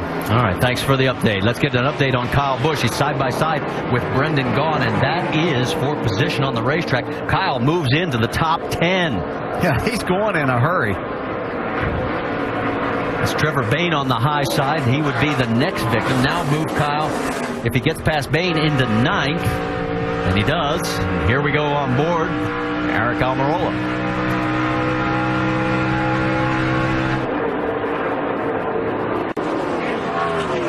Kyle's got some clean air now. He's got about 7/10 of a second before he'll catch up to Ryan Newman. A little bit further back, Danica Patrick, you see her. And here comes Kevin Harvick as he gets around the 32 of Reed Sorensen. So Harvick starting to make his move back up again. Now the tires are coming back. Like I said, this is the first time Harvick's had to deal with traffic, and I don't know that he, will be real happy with the way his car is, without having that clean air that he's had all day. Gonna have to really fight his way to get back up front. I think he's certainly hoping that he gets back to the front, that he won't have to deal with traffic anymore. Race leader Brad Keselowski, followed by Carl Edwards. Justin Allgaier with a good race car underneath him. We told you earlier that is the winning car that he drove back at Bristol earlier this year. Let's check in on the battle for 11th, because Aric Almirola and Trevor Bayne. There's Michael Annett in this mix also. Michael Annett's had a very good, solid day so far to this point. He's been right around that 10th position all day. On board with Aric, here comes Trevor. Trevor, of course, driving for Roush Fenway now. Will be in the team next year. Let's go 3 wide. Why not, guys? Here we go. Got to get a little tight on exit. They give each other room. Yeah, there's a lot of room out there as long as each one of them's a little bit considerate of each other. You see they catch Brendan Gaughan there in a hurry. Michael Annett looks like he might be in the best spot to make a couple of positions. 18th place will tell you Tony Raines has come in for an unscheduled pit stop. He is on pit road right now. On the right side is the battle for 5th, as now Kevin Harvick takes over the spot from Joey Logano. Look at Danica Patrick now making a move on Almirola. He's a lead lap car, but her car's fast today. I'm telling you, she's doing a great job. Almirola's in 13th. Danica 1 lap down right now. In fact, shown in 18th position. Yeah, she just needs a little bit of a break here with the caution, and she'll get back on the lead lap, and she could realize her goal today, and that would be to finish in the top 15. She definitely has a car capable of doing it. Vince? Yeah, there's no doubt about that. And her and the confidence that I'm hearing in her voice and also the voice in Tony Eury Jr., much different from what we've been hearing from this camp throughout the other races. And, Tony Eury Jr. said in February when they were here, they just focused on getting her laps. This time, they really worked on a qualifying setup and a race strategy. They know they've got a fast race car, and she's willing to go race it today. She has been racy, as you guys have noted. So far, so good for Danica Patrick. On the right side of your screen, Carl Edwards and Justin Allgaier going after each other for 2nd spot, and it's allowing Brad Keselowski, Allgaier's teammate, to open up a 1.2-second lead. Yeah, but Justin Allgaier's doing a nice job today. He's got a fast race car. He's worked really hard in traffic. You can see him utilizing the apron there to get a run off and take that second spot away. Yeah, put the 2 Dodges up at the front. Well, and I asked Justin about next year. He says, no, nothing is certain. He says, we're looking. We know that there's a possibility. Sam Hornish could be coming back to the Nationwide Series. He said, I said, does that add pressure for you to go out and perform? He says, no, it's no different for me than any other time. I want to go do the best job that I can. He said, I think we have a good race car today. Well, he said it didn't add any pressure, but I bet you it did. You know, and he's doing a good job. He's responding well to the pressure by running as well as he is.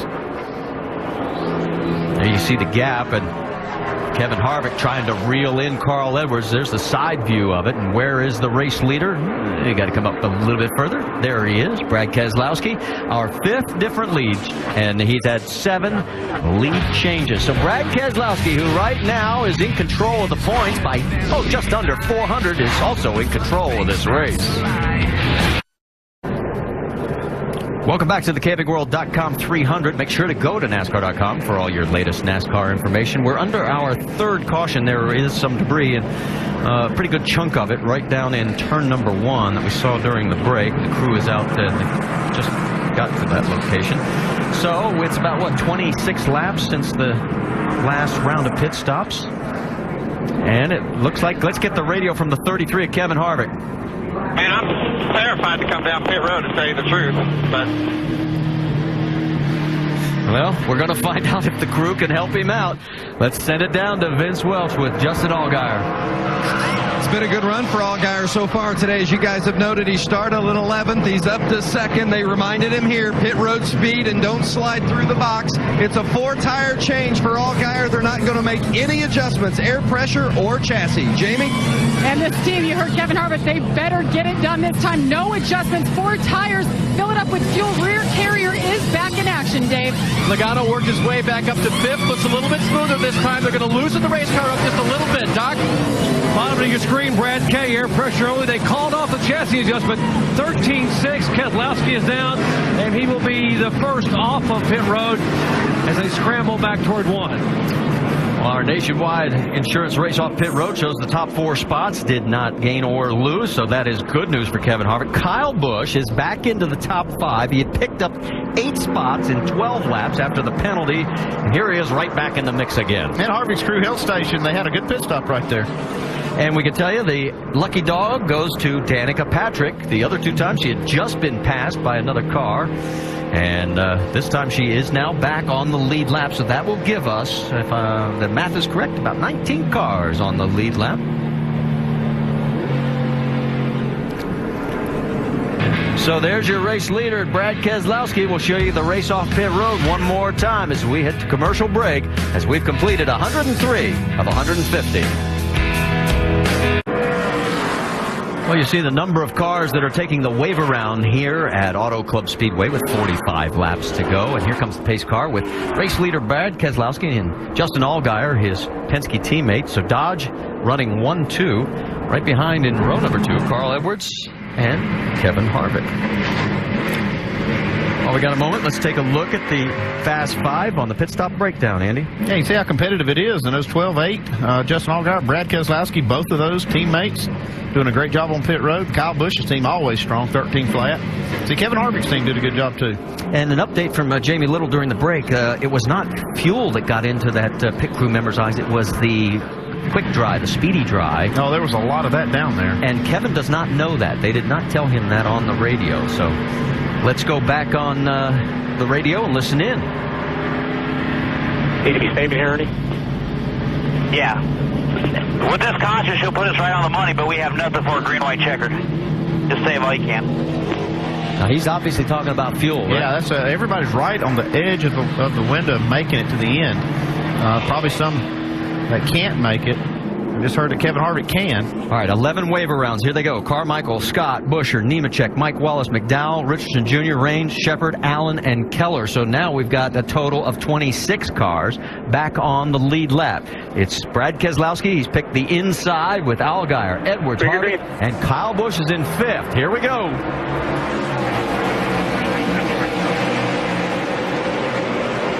Oh, check this out. Boy, they're running each other to the apron. Reed Sorensen way down low in the 32. 3 wide coming out of the corner. Multiple rows. Everybody hanging on so far. Going to be 3 wide down the backstretch. That's Almirola right in the middle of that pack. That's Paul Menard also in the mix back there. Race leader Brad Keselowski holds on. Here comes Kyle on the high side around Harvick, trying to take over the spot. Look at him. Come on. He is He's so going to good. get another one right here. It's incredibly fast on these new tires. He's going to pick up the second spot from Allgaier, and he's going to look up and say, Brad, here's your old buddy in your rearview mirror. I was telling you, wasn't many laps ago that 18 car was at the back of the pack for his speeding penalty. Just been amazing to watch him come through. Picked up 8 spots at 12 laps, and here he goes, now looking for the race lead. And a little bit further back, Harvick's got his hands full again because here comes the 99 of Martin Truex. Yeah, Truex looked like they've adjusted on this car. He's been pretty loose on new tires himself throughout the day. Carl Edwards also getting into play here. Look out. See, Truex was wanting to slide up in front, but he knew that 60 was right there, had to give him that spot, fall back in line. And it allowed Reed Sorensen to close in a little bit on the 99 as well. Meanwhile, there's the battle up front. Kyle back where we've seen him all day long, especially when he's got fresh tires, down hugging that line. Yeah, when he gets down to turns 3 and 4, we expect to see him do that big dive to the bottom, and probably, like you said, they'll get beside the 22. I don't know if he can clear him or not. It looks like Brad Keselowski is going down there, too. Yeah, Brad changed his line there to stay in front. And what that does is take some of that air away from the guy behind you. So pretty smart move on Brad Keselowski's part right there. There's your top 5 right in the screen. And you see Keselowski now as he comes across the stripe this time.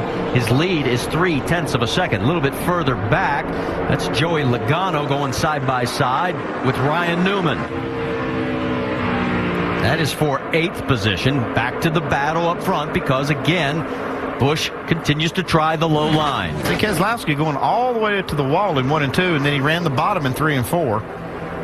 See if he does it again this lap. I'll tell you what, you can see another thing, that 22's got a lot of horsepower under the hood. Yeah, he's pulling away down the backstretch, and that's giving him plenty of room here this time. And here comes Allgaier closing on Kyle. Harvick's watching this. Uh-oh, and word from the pits at 62 may have scraped the wall. I don't see too much damage. I don't see any, really. I don't know if he maybe just got real close. He's running 15th right now with Brendan Gaughan. Right behind him is Michael Annett and Danica Patrick. Meanwhile, this is the best action. It's for the race lead. Boy, Kyle's car really good on the bottom in 1 and 2. Heading for 3. You see how rough that backstretch is. All 3 now heading for the low line on the track. Yeah, literally the low line. They're all below the white line with their left side tires. Looks like it works the best for Brad. Looks like Harvick's the only one of those top 5 that's using that high line all 4. 2, I'm way too tight, 3 and 4. That's working for him in 1 and 2 by being tight, but it's killing him over there in 3 and 4. Now, I think a lot of it has to do with Brad Keselowski choosing that low line. And there he does it now. This is the first time he's been on the bottom in 1 and 2. Holds off Kyle, but now it's allowed everybody to close up. Throw a blanket over the top 5. Right now, you're good where he's bad, vice versa, man. Just nice and smooth here. You're the team talking about you're good where he's bad and vice versa. Well, look at Allgaier, though. His car is really strong. Yeah, this is a line that Kyle Busch tried a little bit earlier today. And he was trying to run Kevin Harvick back down. Here comes Harvick with a big run. And Harvick's going to get the spot on Allgaier, and boy, we almost had a collision there. You can see how Kyle Busch got all the way back to the 22 because that allowed him to carry more straightaway speed. Going down into 1. This time Kyle's going to stay up in the midsection of the track. Yeah, he's going to have a run off of turn 2 right here. He's going to take the lead. Here we go. So Kyle Busch, remember, he's won twice before when he's had speeding penalties. Here he is back in the race lead after a speeding penalty. Yeah, and here comes Harvick, too. Watch this. He's working the top side over here. His car's starting to come around. Kyle Busch had moved around early to try to stay out of those seams, and it seemed to be working really well for him. Look at Harvick, the run that he has. side by side with the 22 of Keselowski. And Harvick wants a piece of the race lead. He's into second. Yeah, what you saw Harvick do there is classic side drafting right there. He got up right next to the quarter panel of the 22. That pulled him back a little. He pulled out and made the pass. Well, Brad Keselowski said in the pre-race, draft often decides the end of this race, and we're seeing a little bit of that right now. Oh, absolutely. That's all they're doing right now is using that draft to their advantage. And here comes Justin Allgaier on his teammate as he pulled out after getting a bit of tow. Goes all the way, 4 below the line. Almost to the grass. Here comes Harvick for the lead. Race lead could change hands again. Kevin Harvick on the high side. He's going to clear Kyle Busch. So Kevin Harvick rebounds from one bad pit stop and retakes the race lead.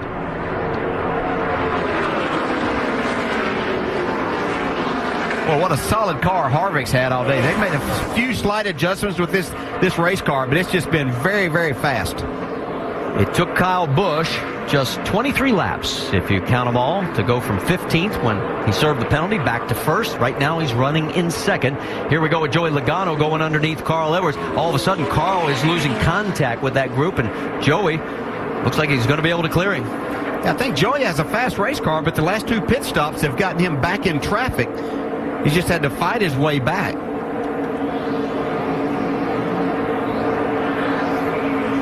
He holds on to the spot as they cross the stripe. Right now, 35 laps to go. Let's check in a little bit further as we go back for the race lead. Here comes Kyle on the low line again. How many times have we seen this act today? This car's really good down there on the bottom. As Andy was pointing out, he really makes a nice run. That serves him well, but I have a hard time passing Kevin Harvick here. I think he's just kind of sizing up exactly what he can do, how far he can take this.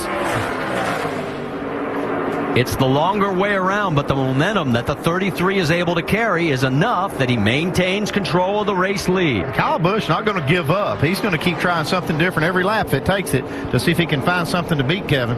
The top 4 have pulled away from the second group. Truex is 2.7 seconds behind the race lead. And there you see Martin screaming through with Joey Logano. And right behind Logano is Carl Edwards. A little bit further back, you'll find Ryan Newman, Sorensen, and Almirola rounding out the top 10. There they are. A little bit further back, let's check in on this battle because we've got a number of cars, including Danica Patrick in this mix. She is 9.7 seconds behind the race lead in 16th position. Yeah, just made a pass on Mike Bliss there for that 16th spot. So moving forward, and it's a couple of cars in front of her that will be for another spot that she's actually running faster. Vince? You know, I think the big difference that we're hearing is that she is understanding the car more and more each week that she's been in it. And of course, now she's going to be in the Nationwide car throughout the rest of the season. But the more she's in the car, the more she understands it, the more Tony Eury understands her language, and the more she understands his. And you can hear them on the radio with their confidence growing as they tell her, go race them, go get them. And she's got the confidence now to do it. The car is much better today than what we've heard her have to deal with in previous races. So I think this whole group starting to take a step forward, and we're starting to see her show her hand running on the lead lap. Great stuff, Vince. Is also great stuff, the battle for 5th right now with Joey Logano and Martin Truex Jr. They're duking it out. Right behind is Carl Edwards. As we mentioned, his car has fallen off a little bit here in the last few laps. Yeah, this just hasn't been the typical day as you see Truex trying to work that bottom side and take that 5th spot away from Joey Logano, but just hasn't been the normal Carl Edwards day that we expect here at California. See them come down that long backstretch here at Auto Club Speedway with 32 laps to go. There's your top 5. Does Kevin Harvick get his first win at his home track? 28 laps to go here in California. Kevin Harvick opening up a 9/10 of a second lead on Kyle Busch. We remind you that tomorrow it's the NASCAR Sprint Cup Series Pepsi Max 400 from here in California. Coverage on ESPN at 3 Eastern time. We start with NASCAR Countdown at 2 Eastern. Jimmy Johnson live in our studio. NASCAR Now tomorrow morning and tomorrow night. Pre and post race coverage from California 9 a.m. and 10 p.m. Eastern on ESPN2. And the drag racers, Toyo Tires NHRA Nationals in Pennsylvania, qualifying tonight 10:30 Eastern ESPN2. The finals tomorrow at 9 Eastern. Note that is on ESPN, our motorsports calendar for the weekend. And from the pit studio with Rusty Wallace and Brad Daugherty, talking about 3 different situations with Kevin Harvick versus Kyle Busch as this race comes to a finish. 1, fuel to the end. Kevin has attracted your attention there, Rusty. Yeah, he really has. Hey, Brad, follow along with me for a second here. I'm with you. I'm a little bit nervous here. You know, when I think about Kevin Harvick, I think about brute speed. I don't think about a guy that knows how to save fuel real good. I don't think about a guy that's really good on luck when it comes to pit stops. The problem I'm seeing right now, he's running the high line all around this racetrack, the longest way around. He's got no drafting help. He's up front pushing all the air, all the bad things for fuel mileage. And the way I calculated it, Alan, he can run 46 laps at the max. I don't know if he's going to make it on field if this thing continues. Did you remember to carry the 1, right? I did. Okay, I think I got it right this time. That's okay. Just checking. Other thing, Kevin Harvick, his car's been better on the long run than the short run. A late caution wouldn't be good for him. Yeah, I mean, because we really don't know. He has been excellent on the long runs throughout the day. We've seen long green flag runs. He may have a great race car on a short run. He's running really good lap times, but the biggest concern is Kevin Harvick making it to that last lap, without question. Edwards and Logano, pretty good race for 5th position. Joey in the 20, Carl in the 60. Logano trying to move back forward after losing a couple of spots on his last pit stop. Final point where Kevin Harvick's concerned, and I know it's been a theme of the day for us, and we don't want to seem like we're harping on it, but really it's based in fact. If the caution does come out, he's got to come down pit road again, and can his crew go toe-to-toe with Kyle Busch's one more time and get Kevin out with the race lead? They can do it. All right. Well, we'll find out the answers to all these and all the other questions, as they might say in the old Hollywood teaser, as we come back for the final 25 laps here in Southern California. Harvick's the leader, and trouble on the racetrack. Here. Do you want to own a... Got back as quick as we could. It happened just as we were going to a local break. We are under our 4th caution. Michael Annett, it looked like he had a right front go down on him, and he got Brendan Gaughan and swept him up. The pits are open. We'll show you the replay of how this all happened, but here we go for what is always called the money stop. Vince? Well, for Justin Allgaier, if he has any shot at winning this race at all, he has got to be better in the middle of the corner. He says the drive off is really good, but it's just too tight in the middle. So they're going to go back on an air pressure adjustment from earlier in the right rear. Otherwise, no changes for tire stop. Jamie? Kevin Harvick's car is good. They're going to fill it all the way up just so it doesn't change the balance of the race car. Put 4 new tires on it, and that is it. No adjustments for Kevin Harvick. Doc? Bottom of your cream, Brad Keselowski. Good in 1 and 2, tight in 4. Going to make an air pressure adjustment for Brad K. Middle of your screen, track bar. Half round on the track bar for Kyle Busch. Said he is tight in the center, particularly in 3 and 4. They are down and away what should be the final stop. No questions about fuel mileage now, guys. Oh, my goodness. Look at Harvick's team. Lost 4 spots.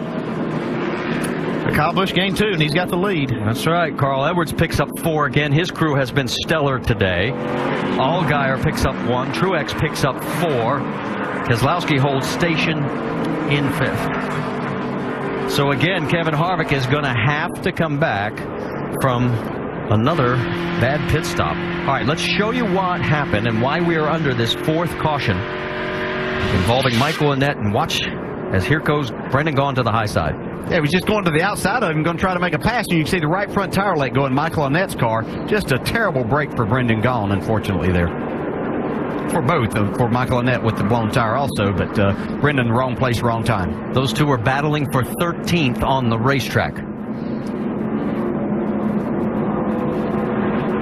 And for Brendan, whose wife Tatum is expecting their first child any day now. In fact, his sister is also pregnant, Katie, and they're due the same week. He said it could be a very hectic time in the Gaughan family.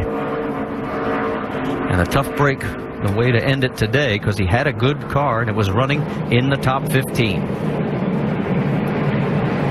With Harvick's pit crew not getting the job done there. It's without another caution, this might have just handed this thing. That's 6 spots we lost. Why not? Yeah, I understand the frustration from Kevin Harvick. I mean, he has such a good car, and losing those spots on pit road is just really hard to take. Well, Andy, you pinpointed it as we got ready to come on. Well, they have to perform down there, and it's just been a kind of a ongoing thing with this team. You know, the cars get better, and pit crew no matter how good a car you have, you cannot win these races if you don't get off pit road. Well, here are the pit crew times, and only the second stop was really stellar. Yeah, you can see leading both 2 of those times came out 6th. So I mean, that's just a killer, especially now. We're talking about 20 laps to go when we get the green. Not a lot of time to make it up now. And also remember, it takes his car about 8 or 9 laps for it to come back in.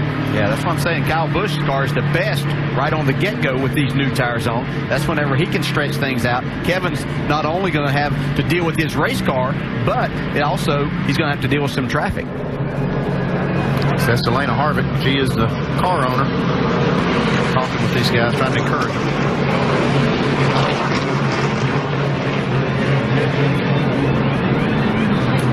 Jamie, what are you hearing down there?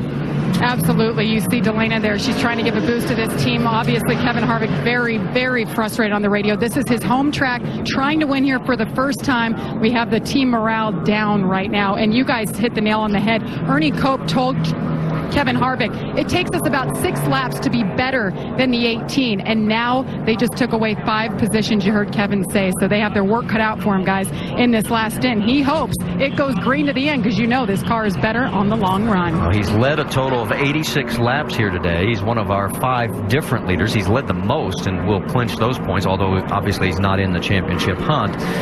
But let's go back and take a look at the pit stop, see if we can diagnose what happened again. Yeah, watch this stop. I was just kind of watching on the monitor end from up here, and it looks like the right side went fairly smooth. Looks like he's a little bit behind on the right front. They lose a little bit of time there.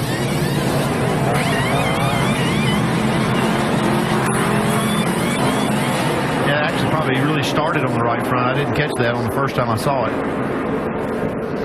And all this caused because of the 2-car crash involving Michael Annett and Brendan Gaughan. And the bad news for Gaughan's team, him and his teammate Stephen Wallace, it's the 4th race this season that both those cars will have failed to finish. Here is the comparison and how they lost the positions, Andy. Yeah, 2 seconds slower, and it's not just Kyle Busch that beat him off pit road, but 4 other ones.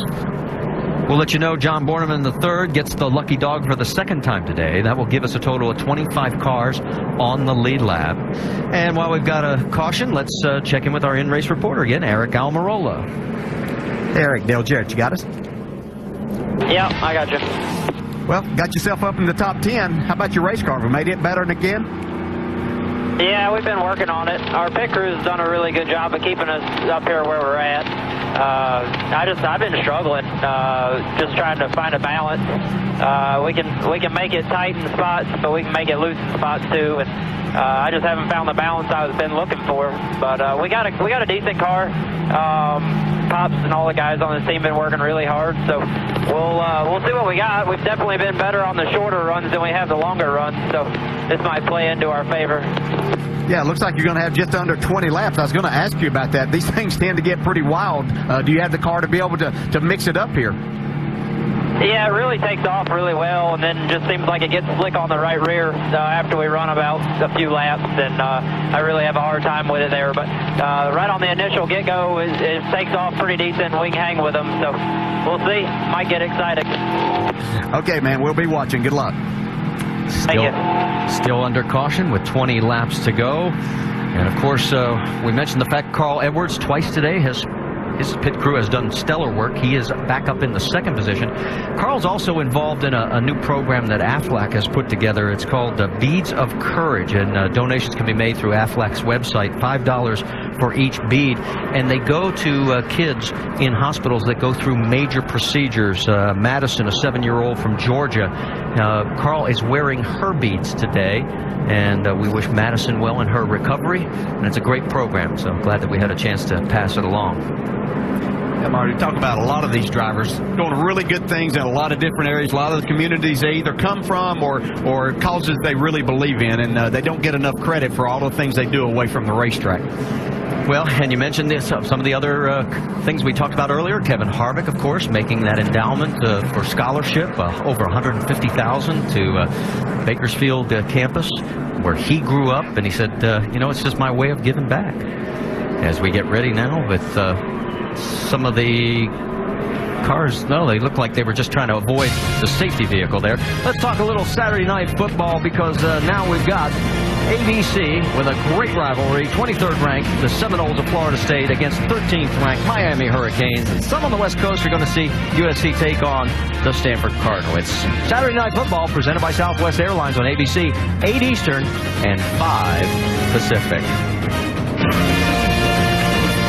remember at the beginning of the race, Danica Patrick said her goal is to finish in the top 15 from here on out. Right now, she is 14th. And we go on board with her.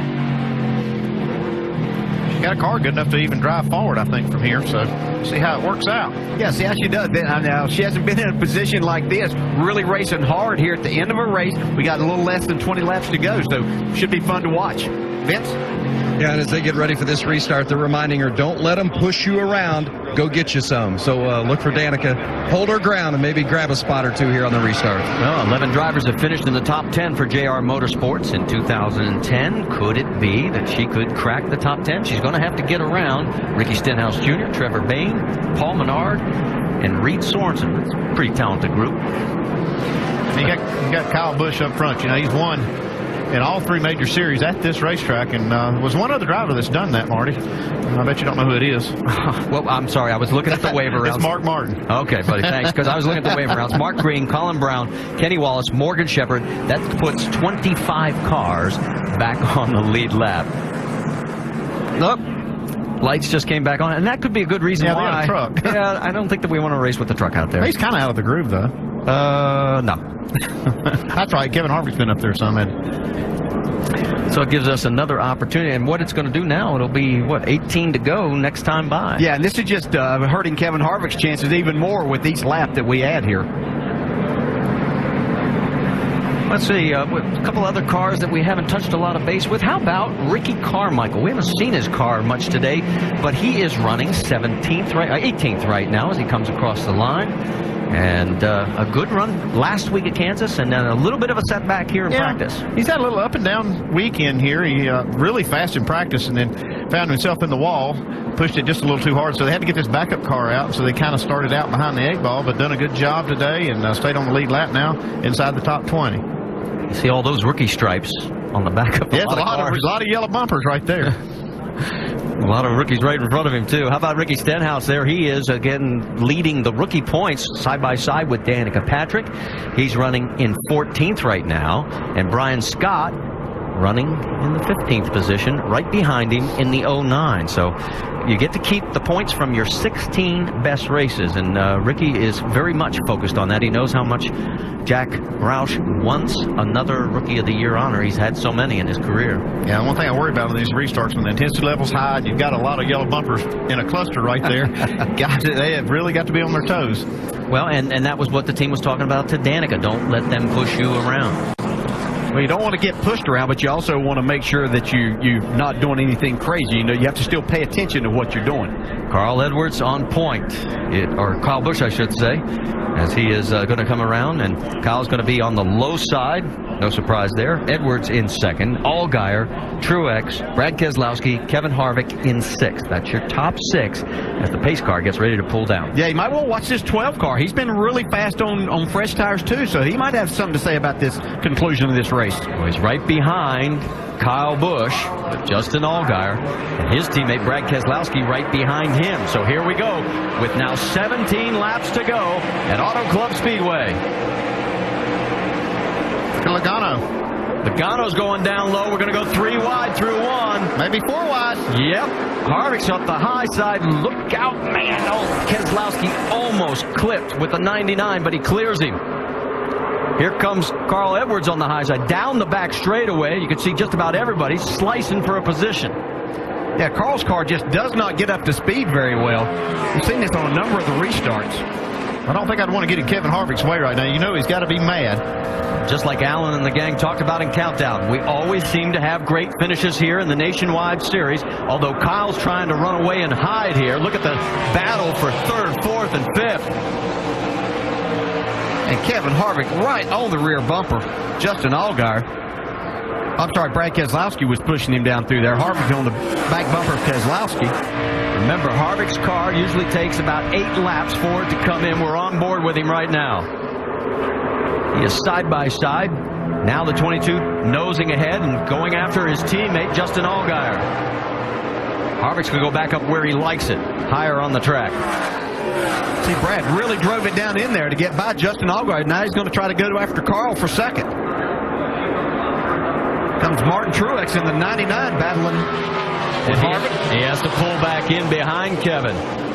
You're saying, where's Kyle Busch? He has checked out on these guys. Caution down. Another caution. Got one on pit road spin down. Pit road, John Borneman the third. And how in the world well down pit road. He is a good 7 or 8 pit boxes. Now that's bizarre right there. I don't know how he got so far down. Check your tires, Johnny. Check front. Change on 4. Better check that right front. 4 tires. Yeah, both right sides. You can see the scuff mark. Obviously hit the blue paint that's on the wall coming out of 4. He may have been trying to get on pit road, maybe spun getting there, but he was spinning way down pit road. Keep an eye up high. Yeah, he gets in the wall, looks like, just a little bit.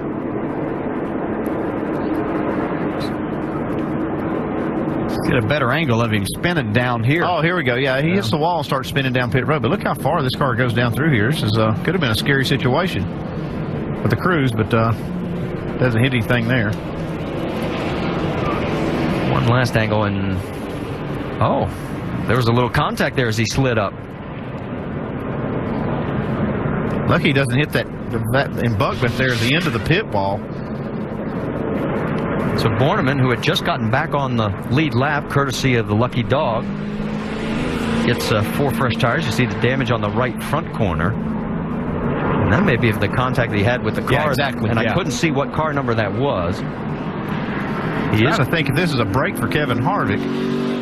Almost needed those laps to go to the end, but this does close him back up a little bit to Kyle Busch. But I don't know if this is a break or not. It could be probably maybe a little bit, but they're winding laps down. Plus, he's going to be starting on the inside, and that's not exactly where his car's been the best all day either. Well, but the truth is, guys, I mean, based on the last restart, Kyle's just going to pull away from him the way, if he does it again like he did last time, he's just going to leave them all in the dust. Well, Kyle Busch has definitely had the fastest car on the restarts all day long, and all of this is just kind of playing into his favor right now. I mean, Carl Edwards right now has got to be thinking about some kind of anchor that he can tie to the 18. Yeah, and the one thing that we're going to have is Brad Keselowski lining up on the rear bumper of Kyle Busch. Know that 22 has a lot of motor in it. Well, and they have a history. He might line up right behind him. Well, true. It depends on where Kyle does. Yeah. If he picks the outside lane, Keselowski is still forced to start on the inside because he's third. Well, let's reset it for you because none of the front leaders obviously are coming in now with it'll be 12 laps to go, or 13, I should say. Kyle Busch, Carl Edwards, Brad Keselowski, Justin Allgaier, Kevin Harvick, your top 5. Then 6 through 10 is Martin Truex Jr., Joey Logano, Newman, Sorensen, and Eric Almirola. While we've got a moment, any thoughts from the pit studio guys on what you think might happen here in these closing laps? Well, first of all, thank you for giving us a moment before you came to us, because we had to regather our thoughts when John Borneman came spinning right by our toes. I'm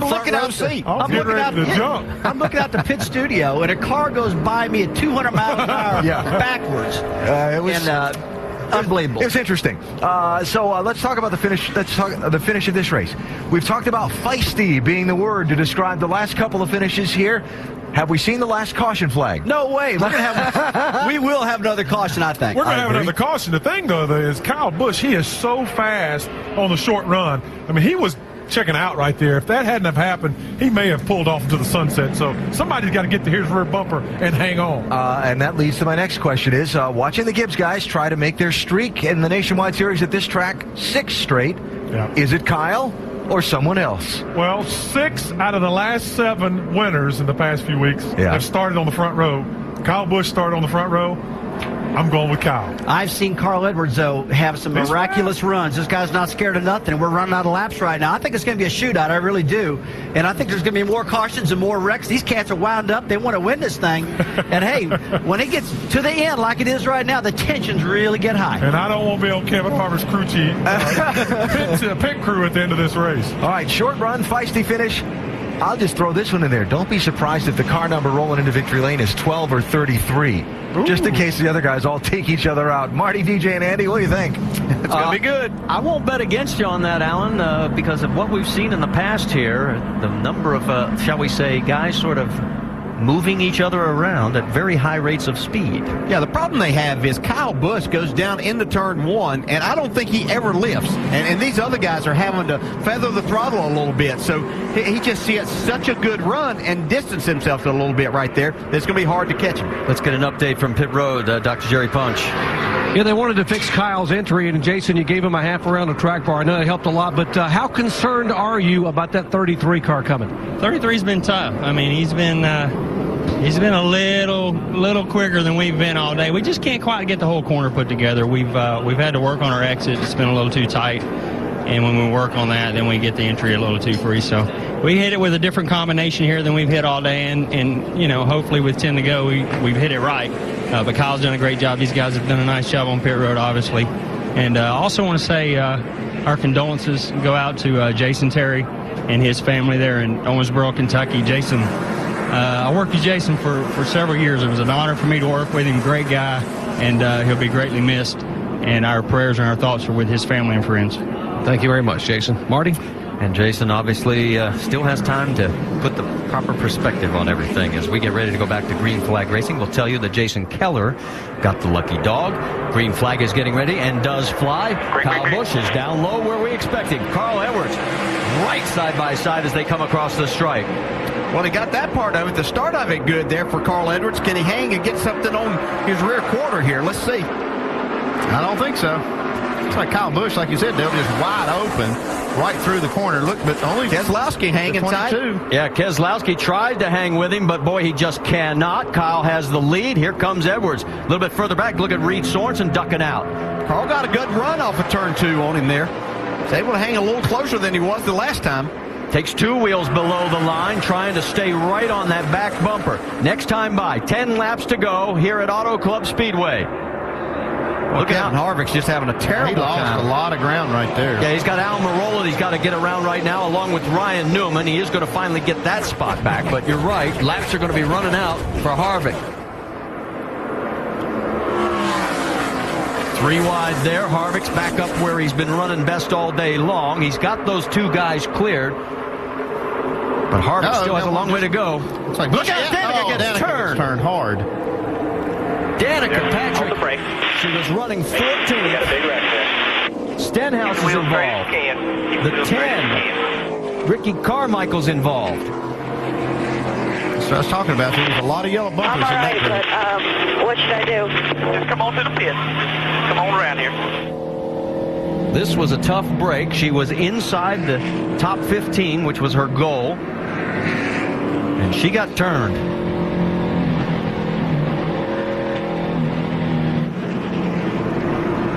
Ricky Carmichael also suffered damage, as we pointed out in this one. Our 6th caution here at Auto Club Speedway, with right now 9 laps to go. And Ricky Stenhouse, as he has to the pit box. Got a lot of damage, and let's take another look.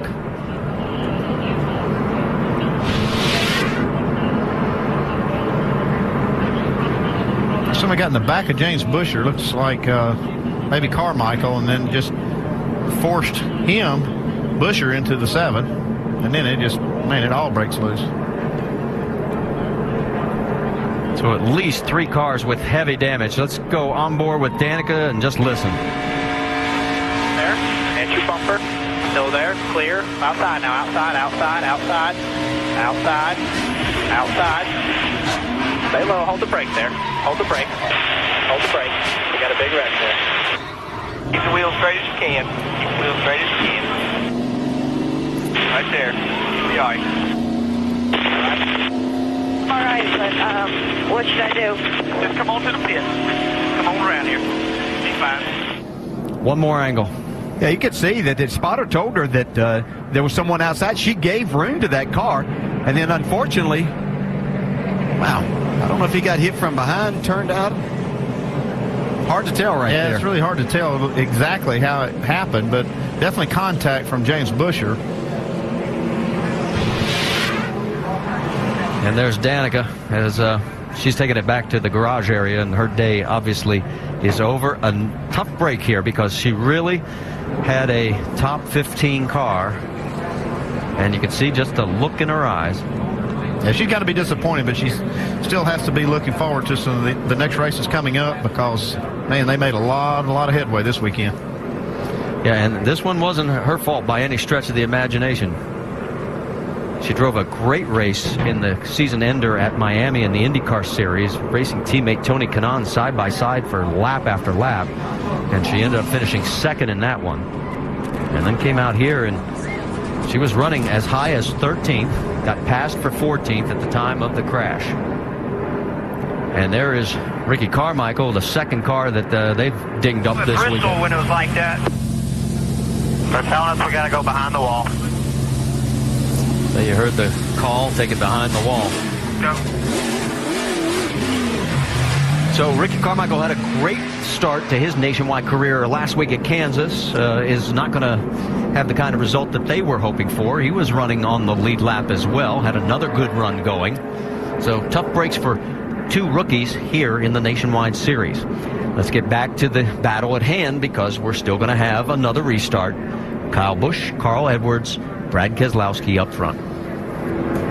Well, by what we've seen, nobody has anything for Kyle Busch on these restarts. His car might not be to his liking for a longer run, but that's not what he has to deal with here. He's only going to have about 6 laps, so he's going to have to try to hold these guys off. Well, the lights are out on the pace car, which means we'll be going back to green flag racing next time by. Behind the top 3 of Busch, Edwards, Keselowski is Allgaier, Truex, Harvick, Newman, Almirola, Logano, and Mike Bliss has punched his way with that number 40 car into the top 10. So a great run for that team, because that's not one of the higher funded teams. You look at the quarter panel, you won't see a sponsor on that 40 car. So a great run going right now for Bliss.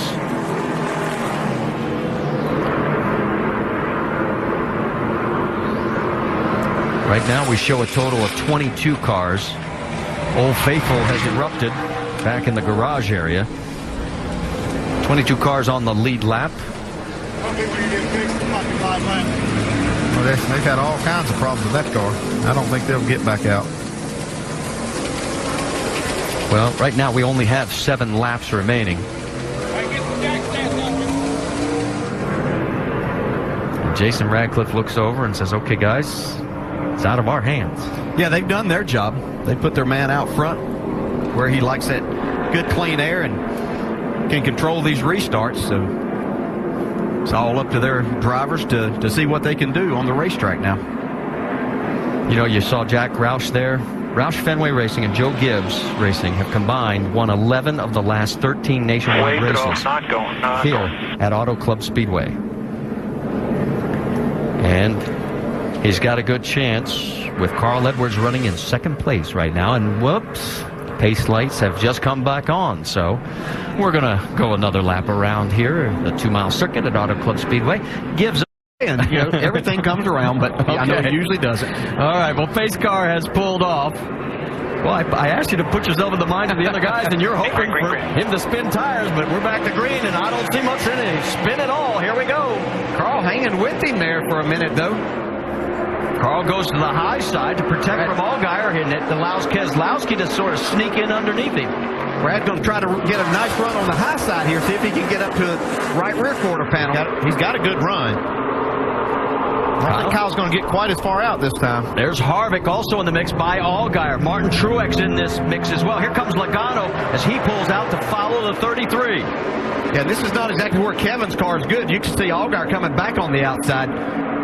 Truex going underneath the 60. You can see how much of a lead Kyle Busch has gained in just 1 lap. This time by 4 to go. We talked about Martin Truex. In fact, you mentioned it, DJ. Could be one of the spoilers. But right now, he's got his hands full with Carl Edwards. Yeah, but he's done a nice job in this race car as he takes that 3rd spot away from Carl Edwards. He moves into 3rd, right behind Brad Keselowski. Yep, had to get out of the throttle. And look at Kyle just pulling away. Here comes Carl back on Truex. Allgaier's going to follow. Harvick's going to stay on the high side. Down below the line for the 60 and the 12.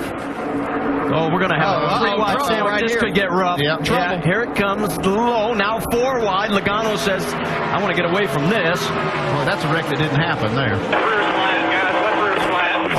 Got a flat tire. It's like the 99. Yep, Truex has got the flat. Look at Kyle just pulling away, and Truex hanging on. Take care of it right here. Look out. Still coming outside. Still coming inside, outside. Hold your line right there. Hold your line. Hold your line. Hold your line. Clear high. Clear high right there. Just sit tight. Sit tight up there. Back to the battle with Allgaier and Almirola, and here comes Newman. Also Reed Sorensen and Mike Bliss. This is all for position. Look at Newman down in the grass. I mean, he had the left side touching the grass. And now he slides up. We're getting tight again. Allgaier says, I've seen this movie just 1 lap ago. He holds on to the spot for now. Meanwhile, Kyle Busch continues to lead. 2 laps remaining. His margin, 0.8 of a second. The battle is right there as you see those guys going tooth and nail after each other. Yeah, our in-race reporter, Eric Almirola, doing a nice job. He said his car was pretty good on the shorter runs. He's got himself up there in the 6th spot right now.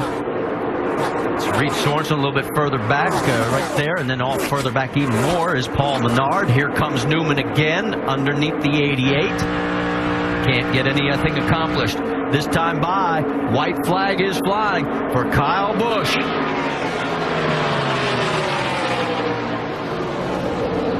Already won 11 times this year, and Busch could be extending, and probably is going to extend that record-setting streak to 12 wins in a season. He's down the backstretch for the final time. Well, he hasn't had the dominant car we've seen here a lot. He's had a very, very fast race car, but everything's worked out in his favor. He came back from a pit road speeding penalty. It's going to be his 9th Nationwide Series win from the pole as he brings it out at turn number 4, chalk up, win number 12 for 2010, as here comes Kyle Busch. Yeah, man. That's why you're the champ, man. Thank you so much. Good job, guys. Harvick did battle back to get around Edwards for 3rd. Then it was Logano, Almirola, Newman, Allgaier, Bliss up the 9th, and Reed Sorensen rounding out the top 10. The congratulations in the 18 camp. And Kyle Busch just keeps extending the record now up to 12 But if you wins. do one, do it real easy.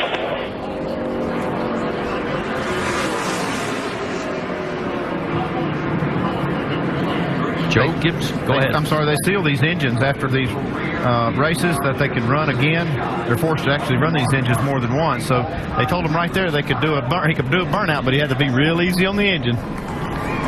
Remember Alan talking about in Countdown 6 in a row if they could pull it off? Joe Gibbs Racing has now done it. They've won the last 6 Auto Club Speedway races, a series record for the most consecutive races won by a team at a single track. And is that your definition of being easy? I don't hear it up against the red limber yet. Well, let's talk to Jason Radcliffe, see if he's saying, whoa. We'll check with him. Is that too much of a burnout? Is there any such thing, Jason? No, he's pretty good at doing burnouts without hurting stuff. You know, he always asks, is this a sealed one or is this not a sealed one? And it's a sealed one, so I don't think he hurt it there. But great time today. We got to thank NOS Energy Drink and everybody at Joe Gibbs Racing. I got to thank Doug Hewitt, Reggie Tucker, all the guys back at the shop for all they do. Again, got to dedicate this race to Jason Terry. And these guys on pit road, when it counted, they got us off pit road first, got us to track position. And Kyle just kept giving good feedback, and we just worked on it, and finally hit on a combination there that was good. And great win for us. That combination, now, the track changes. So was every one of those combinations in the book, or did you fly by the seat of your pants a couple times? Well, we had hit on making the entry better, and we had hit on making the exit better, but we never hit on making them both better. And we finally, determined, which one was worth the most speed, and kind of just kept going that direction. Then there at the end, we swung at it a little bit. He had some good suggestions when he hit pit road, and I'm like, well, I don't know if we can get all that done. And our catch can guy looked up at me and gave me a big nod and said, oh, yeah, I can make it happen. And John Eicher, he did. He got us 2 good adjustments on the track bar and the wedge, and it worked out. Last week, guys, some mistakes. Today, amazing. His 12th win in 25 starts this year, and he is now only 6 wins behind Mark Martin for the all-time win record in Nationwide Series. NASCAR Tigers look to start the season. Beautiful San Gabriel Mountains in the background. And remember, Kyle, getting that speeding penalty? It is now the 3rd time in this year that he has come back from a speeding penalty to win the race. Let's go to Victory Lane, Doc. Kyle Busch sitting in the car and getting ready to stand out. The crew here ready to celebrate his 4th win at Auto Club Speedway, 12th win of the year. And as you said, I think a new record, by the way, for winning after a speeding penalty. 3rd time this year as they are celebrating and slinging NOS and Gatorade and everything down here. And Kyle high-fiving all the crew. We'll slide in here. Hey, great job, man. And I know a bit of a roll of the dice on that final call, but the crews with Jason did a great job on pit road. He did. That's why he's is who Jason is. You know, he does a great job, great calls. You know, these guys did an awesome job for me today. And, you know, pit road probably won this race. So, you know, can't thank these guys enough. They do a great job. And thank NOS Energy Drink, Z-Line Designs, Combos, all the guys at Toyota. This is their home track, so it's cool to be here and winning in front of them. And Nationwide Insurance, you know, great series to run with, of course. And I got some comfortable Butler seats, so those are always fun to sit in. Gillette, Marquis Jets, just all the people that make this so much fun. And for us to come out here and get number 12, it's awesome. And, you know, these guys really enjoy doing this, and so do I. You might have set a record that probably you don't realize. The 3rd time this year you've got a speeding penalty and come back and won the race. I don't think that's ever happened before. Well, I don't know. Maybe I need to do it more often, but I don't like doing it that late in the race. Obviously, it makes it a little bit harder, and you never know what can happen, especially we saw those late cautions there. That could happen in the point in which I get a speeding penalty and have to go to the back, and we can get caught up in one of those. But fortunately, it all worked out our way and played our way. And this NOS Energy Drink Camry was fast, and you know, Harvick probably had a really, really good car on long runs. He showed that today and probably had the best car, but, you know, our Camry was just good enough where it needed to be on the front side of those runs, or where we had enough cautions there at the end, we held them off. Hey, congratulations. Great run. You got it. Thanks. Kyle Busch in Victory Lane. And by the way, guys, the winner of the Saturday Nationwide race here, the last 6 of the last 8 races, that finished 7th or better in the next day's Cup Series race. That could be a pretty good omen for Kyle Busch. And we'll find out, of course, tomorrow, Doc. And DJ, I know you've been here. The final results for Danica Patrick is going to show a 30th place run, but it's not indicative of the kind of race she had. No, that's terribly misleading there if you just look at where she finished. She did a great job coming back to a racetrack for the 2nd time, had a good car, worked her way all day, learned a lot, and made a lot of passes. Very good. Well, let's talk to her. Vince Welch caught up with her. Well, certainly Danica is disappointed with the finish, but go back to the rest of the race today and the positives that you can take from it. Yeah, there was a lot of positives, really, Vince. You know, we had a decent car to start, and we were able to sort of hold our ground. We lost a few spots, but kind of sort of settled in, and we made some adjustments that helped the car to turn a little bit better, and we did that on purpose. We tightened up the car for the start because last year, it seemed like a year ago, the beginning of the year, we were just a little too free to start. So we tightened it up, and we kind of anticipated that, so we freed it up, and you know, the frustrating part is I felt like I had a really good car on those last 2 restarts, and you know, just pushing hard and, you know, using all the road, and you know, I kind of got into the car that ended up turning me the lap before, and I didn't mean to, and so that next time, I don't know, I mean, I got pretty close, but I was giving him room. I came off and gave him room, and you know, looking at the replay, it looks like maybe it was avoidable.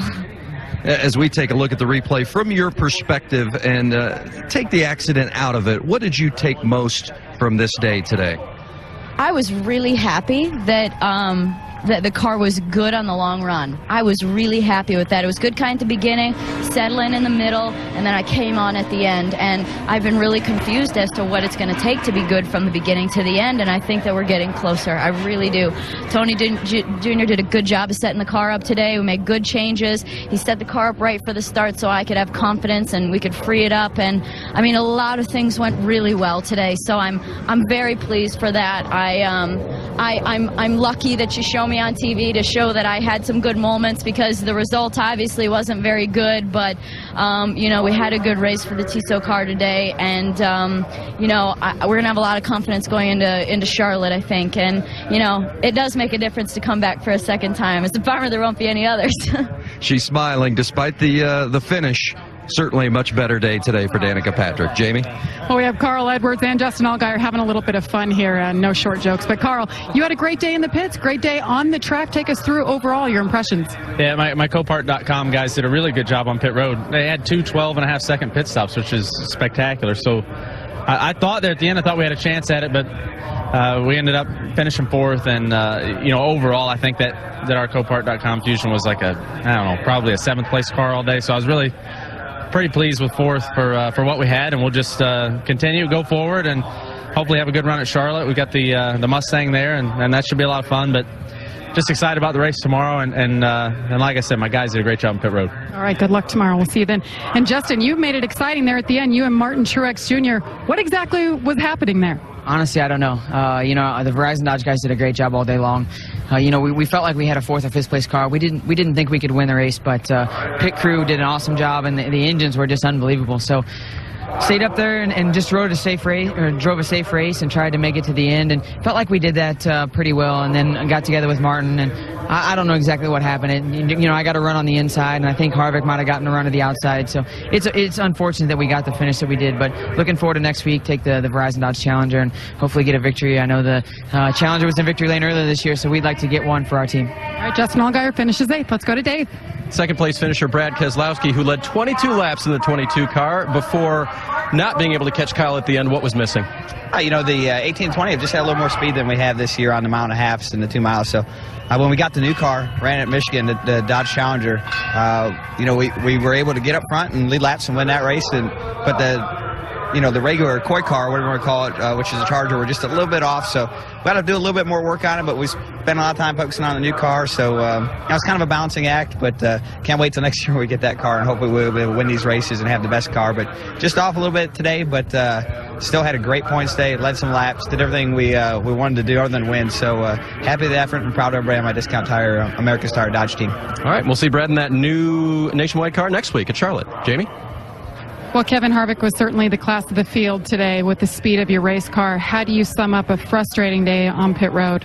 Well, I think you just look at the positives and you look at how fast our Jimmy John's Chevrolet was, and you know, it's 2 weeks in a row we've come with something different, probably to the Gibbs best racetracks, and took the best car and gave it away on pit road. So we'll make some changes on pit road this week, and we'll come back with something different.